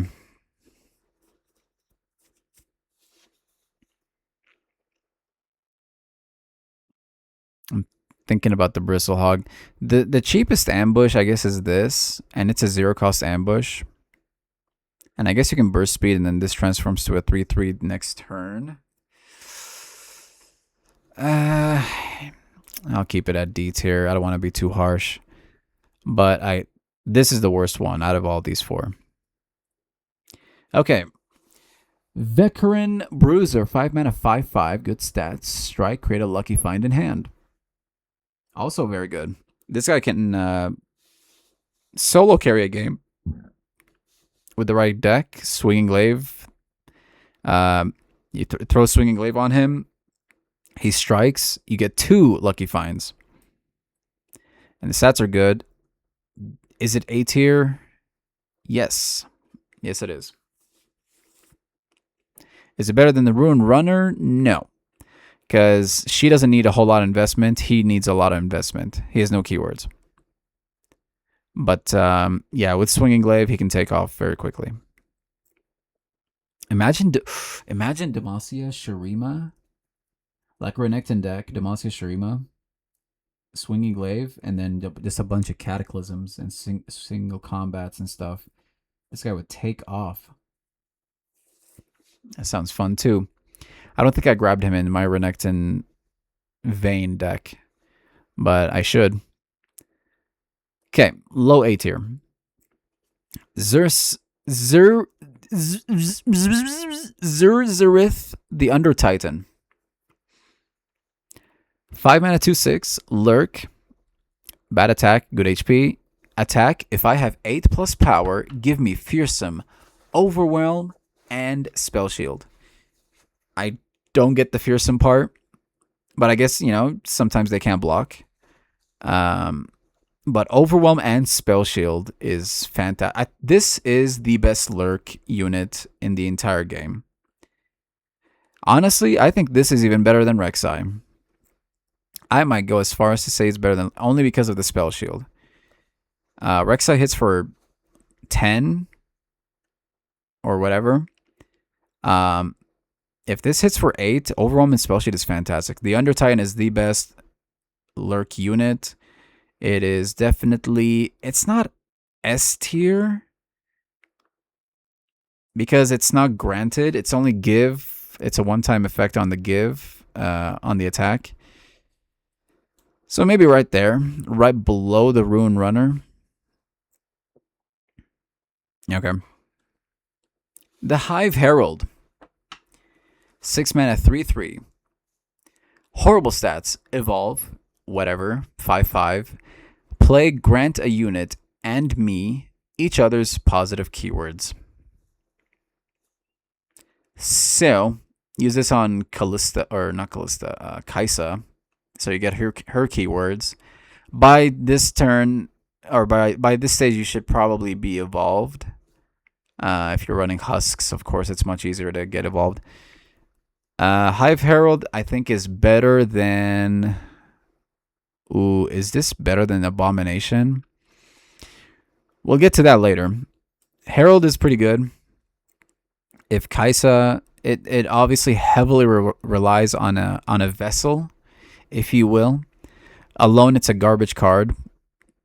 It needs Kaisa to feast on. So hard to rate this. If you have a good chunky Kaisa with a bunch of keywords, this is fantastic. You're basically getting another Kaisa. So I don't know where to put it. It's a good B tier. It's not A tier. Is it A tier? Maybe it is A tier. Because if we're going to be fair with this thing, obviously this is garbage with its own stats. It needs to be buffed. We need to be just as fair with this, having a good host to copy the keywords. So it's going to be a 6 mana, maybe 6/6. Because let's see, is there a yeah? There's Spirit, but there's no Spirit Husk. There's no Husk. There's no keyword that buffs the HP and attack, except Spirit. So it's going to be a 5/5. With like Scout, Elusive, Impact, Overwhelm, all that nasty stuff. That being said, I think it's right here. Right below the Under Titan. I do think the Under Titan is scarier. Okay. Inspiring Marshal, 6 mana, 5/6. When you summon another ally, give it +2 this round. This is just... Where is she? Yeah, this is just a worse voice of the Risen. She's a 6 cost? Holy moly. This is a 6 cost with a worse effect. When you summon another ally, give it +2 this round. If you've leveled the champions, allies have +2. Like on defense and attack. So this is just a worse card. Not saying it's a bad card. Let me put it right here for a sec. Okay. Obviously, like, they're trying to make this work with Sand Soldiers. 6 mana, 5/6. Stats are okay. No keywords. It is a backline unit.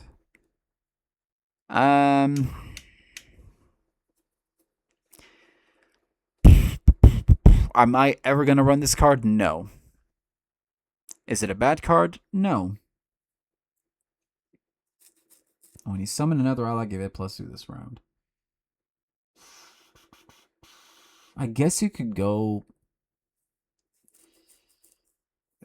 like Soul Shepherd, Inspiring Marshal, Hecarim, Shadow Isle, Sand Soldiers, or something.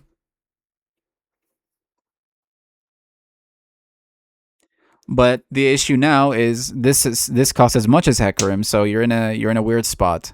You're gonna have to either play Hecarim and then play her the next turn and then attack, but then you have the issue of Hecarim getting ruinated or something, or they drop a big unit. Weird card. Where do you go? I think it's C tier. Might be our second C tier.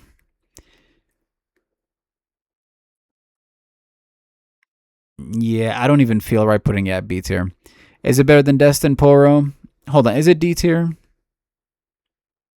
No, I think C tier. Destin Poro was definitely better. Exalted Poro, 3 random keywords, very good with Heart of the Fluft. And maybe the Destin Poro should be a because it's bad early game. This is just a dead card until a champion's level, until your Poro King is leveled. Just dead card. Now, I mean, obviously Poro Snacks would buff it, but no keywords. You definitely don't want this to die, is what I'm trying to say. You need to keep this alive until it's exalted, and then Heart of the Fluffed. So, okay, keep it at C tier. Priestess of Desert Light, 6 mana, 4/4, round start. Deal 4 to me, so that kills her. Draw a champion, and grant it +2/+2. If your deck started with 6+ different champions, summon it instead. This is, of course, best play in Elder Dragon.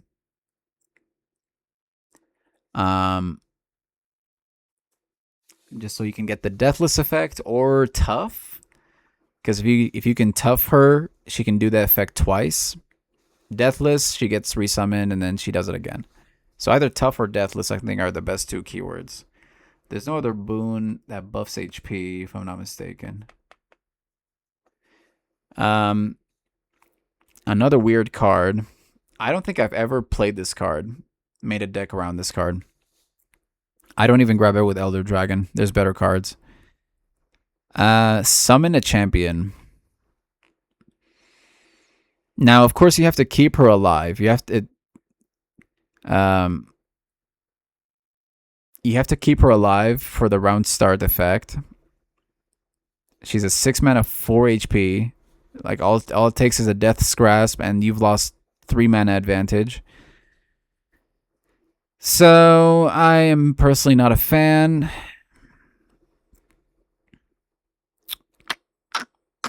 Gosh, is this another? It can't be C tier. Man, I don't know. Elder Dragon Giga buffs this. I think if Elder Dragon didn't exist, I would put this at C tier. Maybe even D. But again, there's a good reason we don't see this card. If I were to get hate in this entire tier list, it'd be because of what I'm about to do. And the other thing is, out of the 6 different champions, you might get the wrong one. So you have a 1 out of 6 chance of getting not the champion that you want.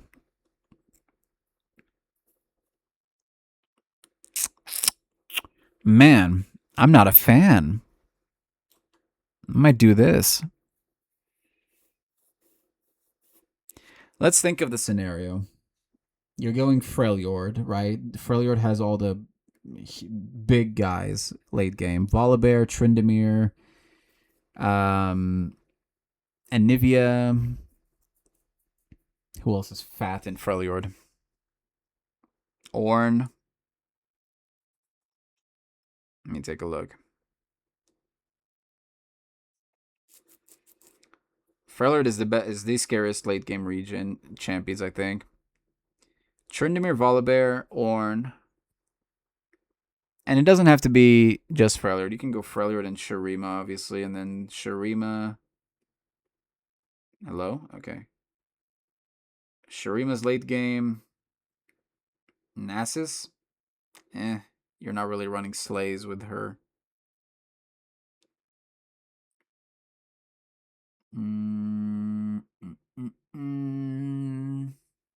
Yeah, I don't know. I think C tier.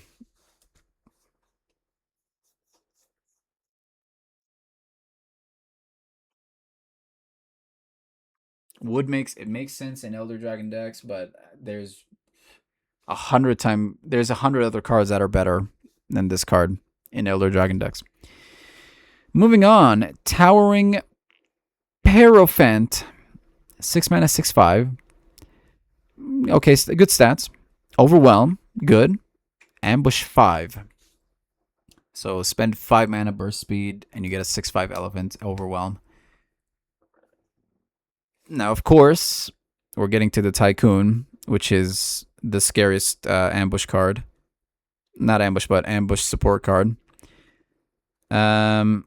This is getting buffed by this. And let me talk about this before we rate this. This when you manifest a card with ambush. Okay, when an ally transforms, which is what ambush is, double its power and health. So this becomes a 12/10 if the Tycoon is on the board. Now, does this carry games? Of course not. It's even if it is a 6 mana 10 or a 12/10, it can get vengeance. You can maybe attack twice and then it dies. Maybe. So it's definitely not A tier, but it's a solid B tier. I think. Let's see. I won't go that far. Maybe right above the Dune Swallower. The Dune. It is just a brain dead overwhelm. Me smash Nexus card. Much like the 7/6 Wildclaw in Freljord. Alpha Wildclaw. Just hit Nexus hard, that's it. Nothing else. But of course, I would put this higher than the Wildclaw because of the Tycoon effect. Xerxide Dunebreaker, 6 mana, 3/5, Overwhelm. Of course, this is worse than the Under Titan. Is this better than the Elephant? Turn 6. I mean, by turn 6, you're definitely get activated Lurk more than 3 times. So it's going to be at least an 8. Maybe 7. 7/5. And of course, this keeps stacking. So let's just put it right above the Elephant. We'll put the Rhino right above the Elephant. Big Game Tycoon, 7 mana, 5/6. Bad stats, no keywords. Manifest an ambush card, and then when an ally transforms, which also means concurrent timelines, by the way. I just realized that. Maybe I should add him. I'm on my phone with in Runeterra. I think I'm gonna add him really quick because it is a concurrent timeline deck. Unit 7. Let me just add him. 3 copies. Perhaps. I'll take out Hive Herald. No, never mind. I don't think so. Okay. Yeah, it works on concurrent timelines and ambush. And also leveling up champions, because leveling up champions does count as transformation. So, backline unit, 6 HP. It's good. You do manifest a card too, an ambush card. I'm not going to be too generous because he doesn't have Spell Shield, and I mean, 6 HP is not optimal. Not better than the Dune Swallower. I think the Poacher is definitely better. Man.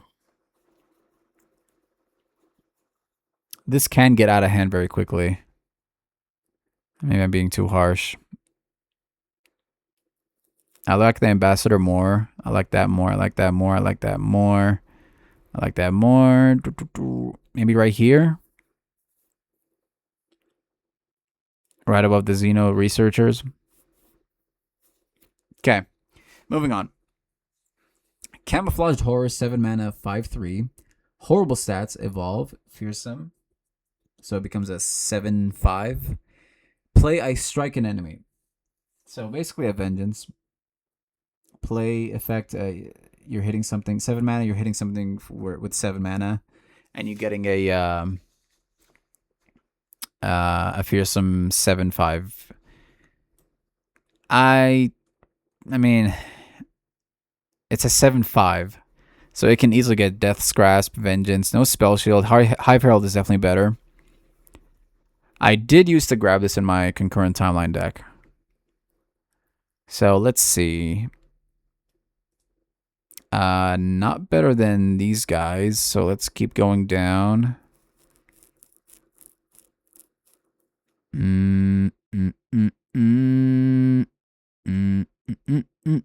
Is it better than the Belveth Elder? No. This card doesn't help Kaisa at all. Kaisa doesn't need a fearsome. Better than that? No. Is it better than the Voidling? Yeah. I think it is better than the Naturalist. Is it better than the Treasure Seeker? Yes. I'll just put it right below the Void Blaster. It is a strike card. It's not a strike each other. It's a strike an enemy. So you're most likely getting rid of a unit. Okay. Fallen Sands General, 7 mana, 0/7. Horrible attack, garbage attack, the worst it could be. 7 HP is good. Overwhelm. What? I have +1 for each ephemeral ally you've summoned this game. Our 4th S tier. And in fact, right below the Waste Walker. Obviously, Sand Soldier card. By turn 7, you've attacked with a lot of Sand Soldiers probably. And this guy's a great finisher. You probably hit for 10 to 13 damage, and of course it keeps scaling. It's not a set number. So, great card. Strong, hard hitter. And great finisher for Sand Soldier Azir decks. But Waste Walker is still the best card so far. Horned Swarm Caller. 7 mana, 6/6 Fury. I think this is the most annoying dragon out of all the dragons. This might be worse. No, I think the Infinite Mind Splitter is worse. No, I don't think so. I think this is worse than the Infinite Mind Splitter. Grant 2 enemies -1 and disable their positive keywords. Enemies, not followers. Enemies. It's so annoying. And the stats are, fine. 7 mana, 6/6, not optimal, but the effect is what's annoying about this. It's not. Is it A tier? You can't carry the game with this thing. It's just a complete shutdown card. Let's see. High B for sure. Maybe. Is it better than Domination? I think so. Better than the Sandcrafter. Maybe right there. High B. Yeah, very annoying card. Burst speed shut down 2 cards, basically. And I think it even goes through Spell Shield, doesn't it? I'm not sure though. Okay, Raz Bloodmane, 7 mana, 7/7. Attack, give enemies -2 this round. Scary card. -2. By turn 7, everything's hitting pretty hard. -2 is probably not enough. If it was -3, then we're talking. This is just a worse that one deep card. I forgot its name. Yeah, this is just a worse version of that card. It's not bad though. 7 mana, 7/7 is optimal stats or great stats. -2. I mean, you can make a fearsome deck around this. Shurima likes reducing attack.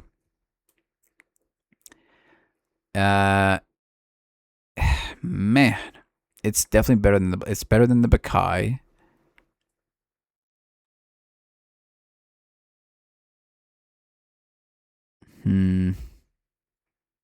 Is it better than the Dune Swallower? No. Is it better than the Zurside Caller? Yeah. No. So maybe right there. I'll keep it there. Okay. Thrumming Swarm, 7 mana, 8/4.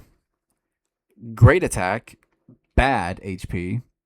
When I'm summoned, create a copy of me in hand if you've leveled a champion this game. Now, of course, that means you get infinite number of these. Once you summon a champion, you drop this on the board, you get another one in the hand. You drop that one, you get another one in hand. It's infinite. I would love to make a deck around this. Sounds fun. Now the issue is the HP, but you do have another one in hand. It is definitely better than the Bloodmane. Absolutely better. Is it better than the Dune Swallower? Yes. Better than these guys? Maybe not. Maybe not better than the Dune Breaker. But better than the Elephant? No. I'll just put it right above the Dune Swallower. Okay. The only thing keeping it from being like A tier is the low HP and no spell shield. But you can make it work. Sanctum Conservator, 8 mana, 8/5. Good attack, fearsome, 5 HP. Play, kill an enemy follower.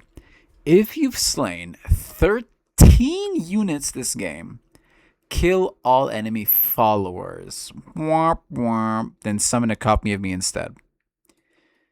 I don't know why Riot decided to make a follower specifically. That is unfortunate. Slaying 13 units is a lot. Like, how often do you get your Nasus to 15/15? Because Nasus starts as a 2/2. Oh no, a 3/3, really? Hold on, let me just verify this. Nasus is a 3/3. Yeah, okay. How often do you get your Nasus to 16/16? Unlikely, right? So yeah, bad, like a very cool effect, but my gosh, I guess the play kill an enemy follower. It's just so specific. Why followers only? Why not units? If you've slain 13 units, blah blah blah, that's most likely never gonna happen unless it's Giga late game. But then again, you're not even killing champions, so man, I don't want to have to do this. Is this F tier?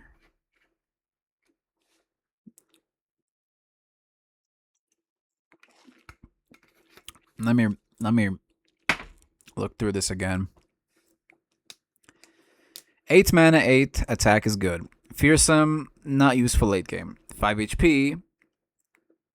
You can kill this thing before the play effect goes off. I think that stops the play effect. I'm not sure. Kill an enemy follower. I guess you can kill Heisho with this.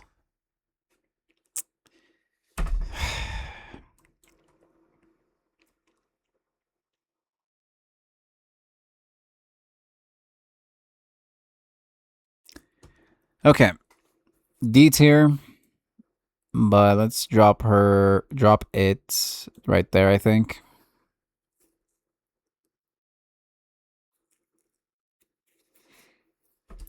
Give an ally. Honestly, I think the Bristle Hog is better than this because of the burst speed effect, and you can turn it into a 3/3 with from the curvature of this. Where are you? Where are you? This guy. Turn 2. Because it's a 0-cost ambush.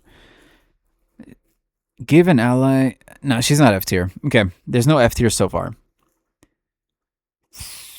Okay, Conservator will just go there. What a shame. The Clock Hand. 8 mana, 8/8. When I'm summoned, create 2 instant sentries. And of course, the instant sentries are Focus Speed, Advance, Summon a random landmark with countdown, or advance a landmark 4 rounds. This is a very scary card in Thrall decks.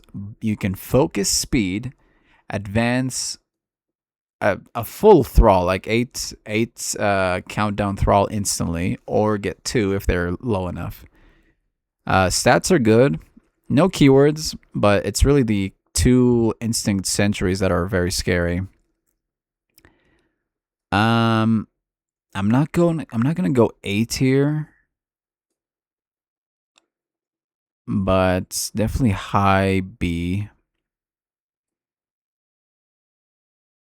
Okay.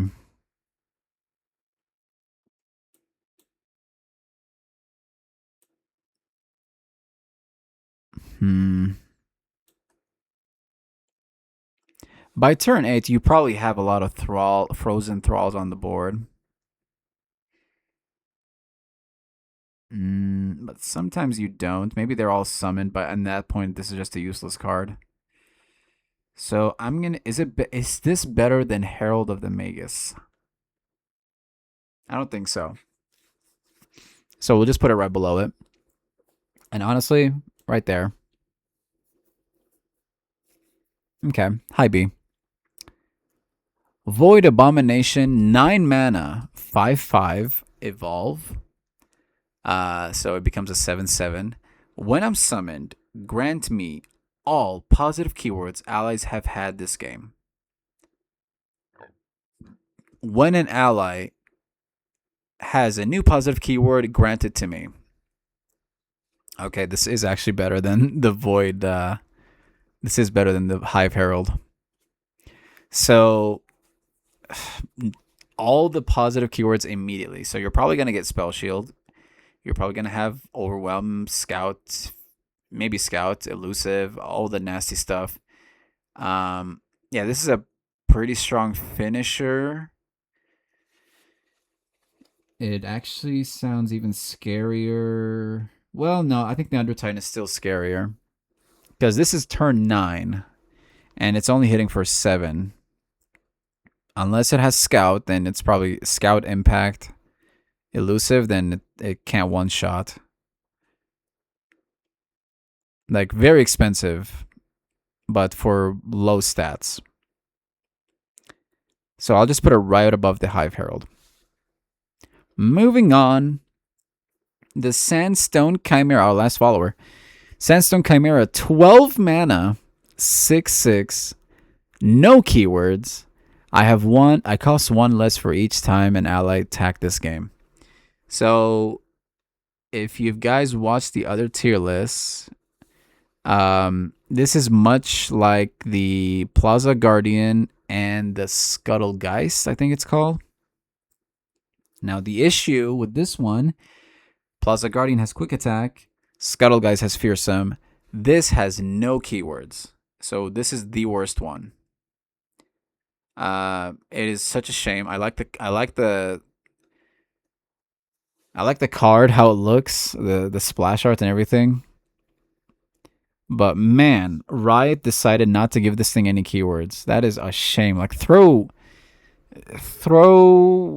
Overwhelm on it would make sense. Fearsome's already taken. What's another good keyword it should take? That's Shurima-y.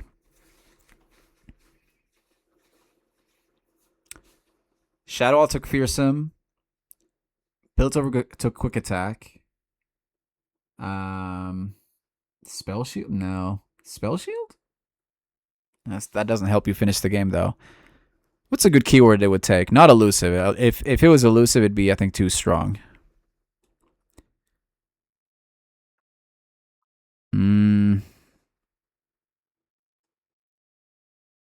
I don't know. What I do know is that it's a bad card. Is it F tier?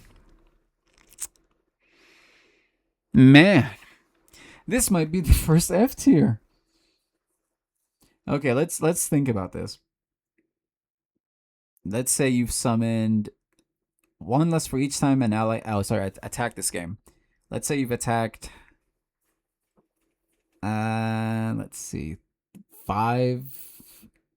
Turn 1, you attacked once. Turn 3, you've attacked with 3. That's 4. Turn 5, you've attacked with 4. 4, 3, 1. That's 10. So it'd be 2 mana, 6/6. Turn 7 or 6, somewhere there. And it's just a meat shield. Gosh, like why would you ever grab this card? F tier. It's just a dead card in your hand that's not gonna do anything except get Giga reduced over time, which is gonna take a while. Man, yeah, bad card. Unfortunately, the Chimera is the only F tier in Shurima. Maybe this would this be F tier? No, 5 mana, 5/4 Fearsome and draw 1 is too good. Nah, the Chimera is the only F tier. Okay, let's move on to champions.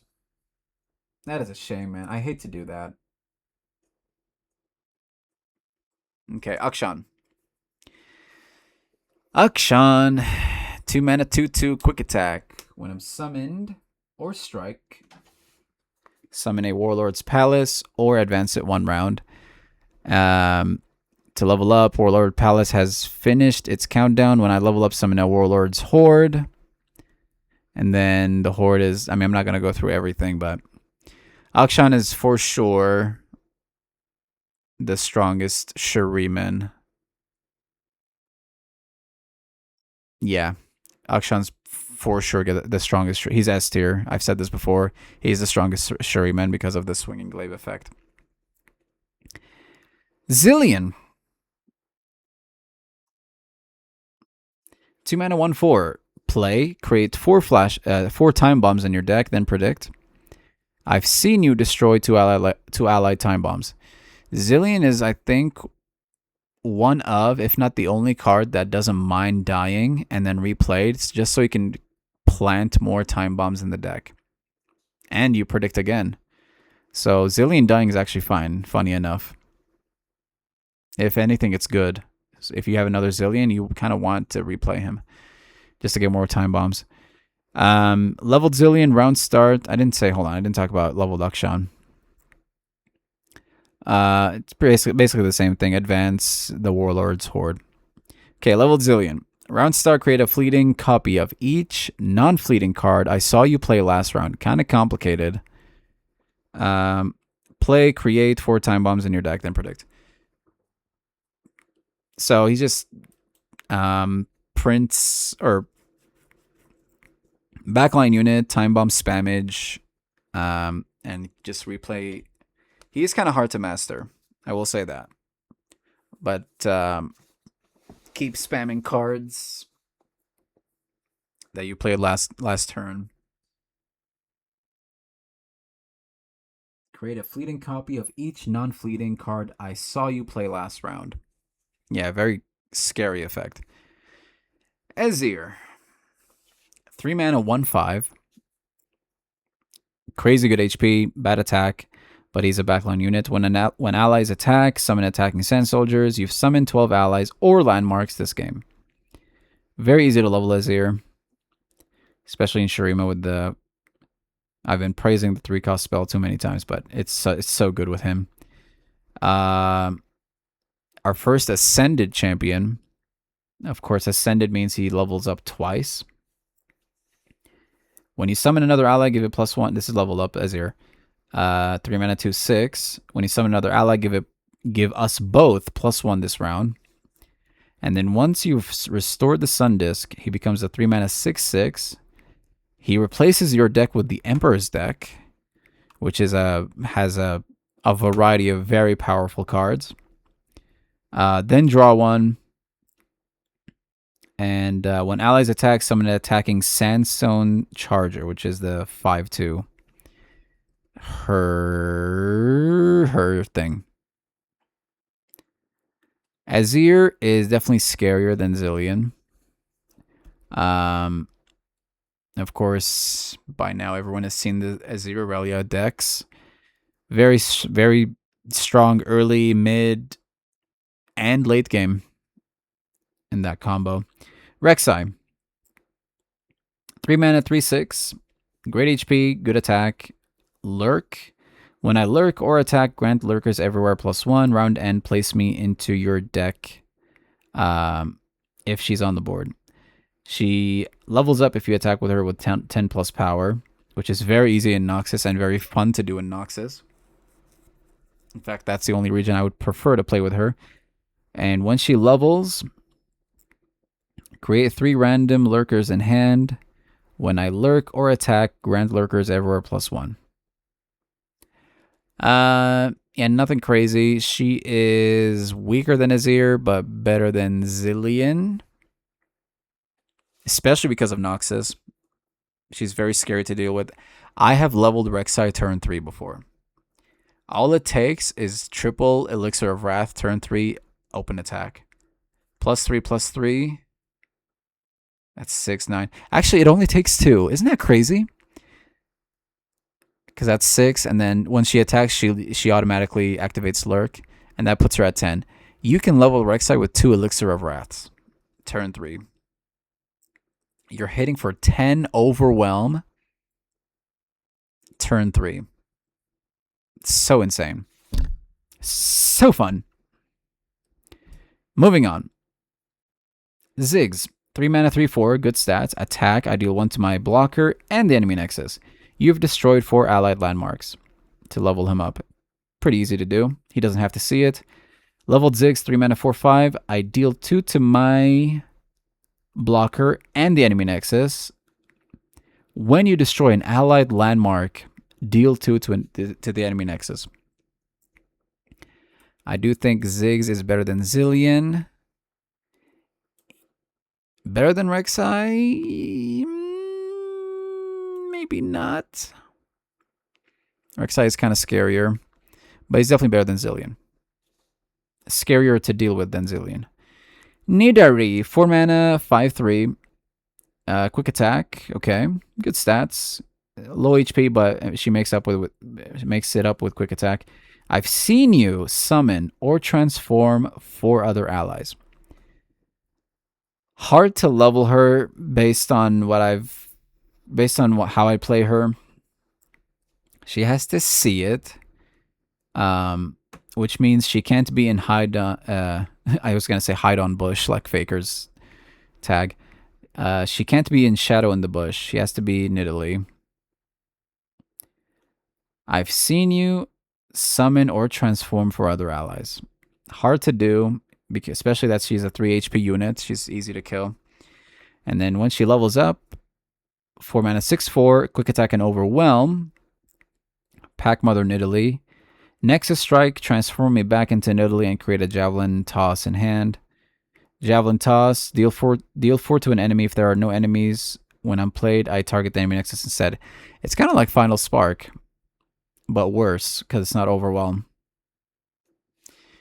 Nidalee is worse than Zillion, but I mean, there's no but. She's the worst one so far. Renekton, 4 mana 4/4, overwhelm, good stats, good keyword, great keyword. When I challenge an enemy, give me +2/+1 this round. Very scary. He becomes a 6/5 when he challenges someone. I've dealt 10 damage. Also easy to do. Leveled Renekton, 4 mana 5/5. Attack, give me 3/3 this round. So he becomes an 8/8. You've restored the Sun Disc. He becomes a 4 mana 10/10 overwhelm. When I block or attack, deal 2 to the enemies and the enemy Nexus. Renekton's by far the scariest ascended unit. Ascended champion. His level up is so scary to deal with. 10/10 overwhelm. He deals 2 to if you attack, and Renekton blocks you. He deals 2 to the Nexus and to your attackers. Just actual butcher mode. Sivir. So yeah, he's better. He's weaker than Akshan, but better than Azir. Sivir, 4 mana 5/3. Quick attack and spell shield. She's low on HP, but makes up with it with spell shield. You've dealt 30 damage to level her. That takes a minute or 20. When I'm attacking allies have my keywords. So I like running her with Yetis and Udyr so she can get overwhelmed. Sivir is better than Nidalee, better than Zillion, better than Ziggs, better than Rex. Maybe right here. Okay. Is she better than Ziggs? Man. I think so, yeah. Yeah, she's pretty scary to deal with. Xerath. 4 mana 3/4. When you destroy an allied landmark, deal 1 to enemy Nexus. Or sorry, deal 1 to... When you destroy an allied landmark, deal 1 to the weakest enemy. Xerath is great control. You've destroyed 4 allied landmarks. Very easy to do. Again, he loves... Like, the 3-cost spell is his favorite. Let's see. Ascended. Or not Ascended, but his next form. When you destroy an allied landmark, deal 3 to the weakest enemy. And then Ascended form, when you destroy an allied landmark or round start, deal 5 to the weakest enemy or the enemy Nexus if there are none. If an enemy unit would die, obliterate it instead. So no more revives. Xerath is scarier than this, that. Yeah. Leveled Xerath is way scarier than Azir, but not scarier than Renekton. Okay, Kai'Sa. 5 mana 5/5, evolve. When I'm summoned or round start, if you have the attack token, create a second skin in hand. Second skin is grant allied Kai'Sas everywhere another ally's positive keyword. So she just copies keywords. You've evolved. To level her, it's not too hard. By turn 5, you probably... What does it take to evolve? 6 different unique keywords. That's not hard to do with husks. Okay, Kai'Sa leveled.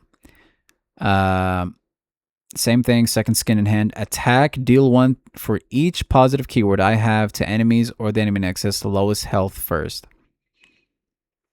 Kai'Sa's pretty annoying to deal with. In Husk deck, she is better than these guys. Better than Ziggs, yes. Better than Sivir, yes. Better than Rek'Sai? Yeah, for sure. Because she gets Spell Shield and Scout and Elusive and all that nasty stuff. but weaker than Azir and Zerath and Renekton, in my opinion. Only because Azir really Giga buffs this.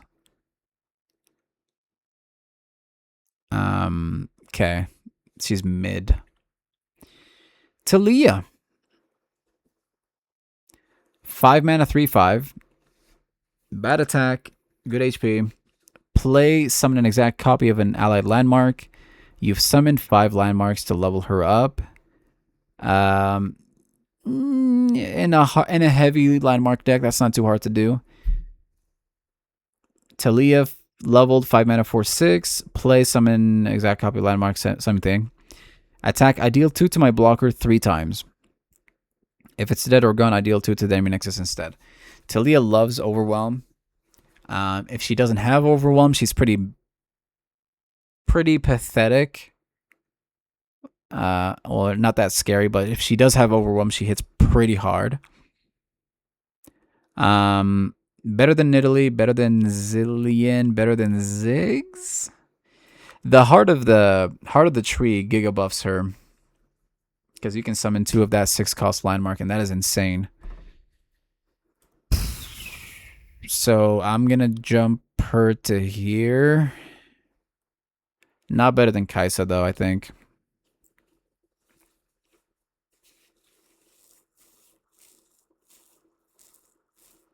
Okay. The only reason Sivir is not better than Rek'Sai because she doesn't have Overwhelm and she takes a while to level up. Okay. Nasus, the most expensive Ascended or champion card. Shuriman champion card. 6 mana, 3/3. Bad stats.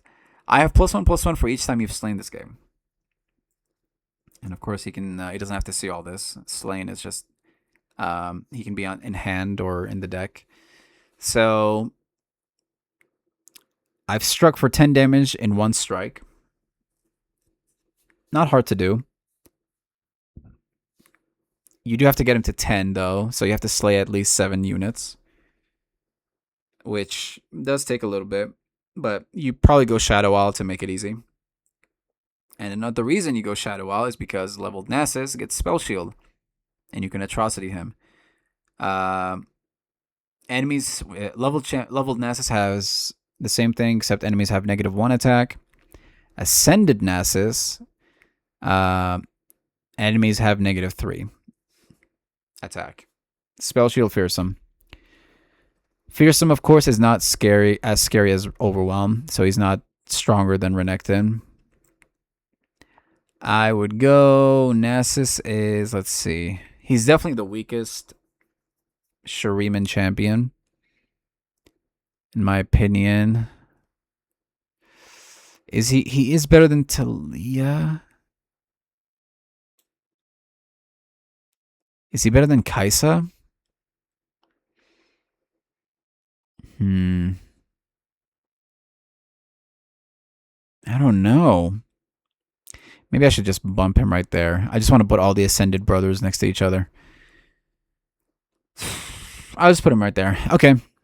That is it for champions. Akshan, Renekton, Zerath, Azir, Nasus, Kaisa, Talia, Rek'Sai, Sivir, Ziggs, Zillion, and then Nidalee. Yeah, Nidalee is the worst. Shuriman, Akshan's the best. And that is it for champions. Let's go through the tier list real quick. S tier, Kahiri. I know this is weird, but in the one and only deck I'm thinking of, he can solo carry the game. S tier, and he gets massive. I know the stats are bad, but he gets huge, like 12/12 by late game. Ruinous Acolyte, S tier.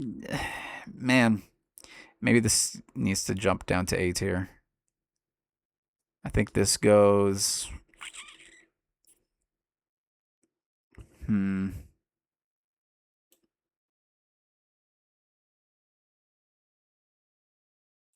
I think Rune Runner should go here. And then let's see. Psy Scout. Let's maybe put the Ruinous Acolyte right there.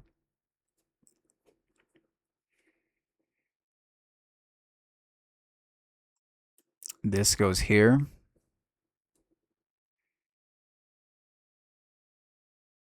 Size Scout, definitely worse than the voice of the Risen. Void Abomination is probably, man, 9 mana 7/7. I mean, how much can that do? No, I think I'm gonna keep it there. Okay, that's our A tier. B tiers, a whole lot of B tiers. Everything looks pretty good. And then our C tiers, the Destined Poro.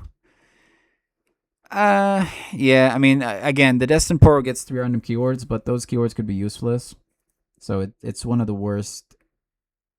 Not that one of the mid to worst Poros. Priestess, not a fan of this card. Inspiring Marshal, well, not but average, very mid. And then we got our D tiers. Most of these cards you're never gonna see ever.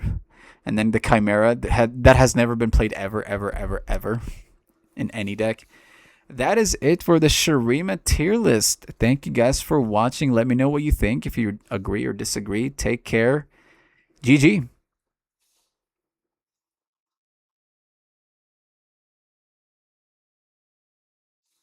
Okay.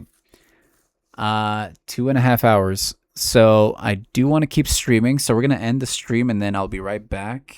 We'll start another stream and maybe play League and maybe Ruin King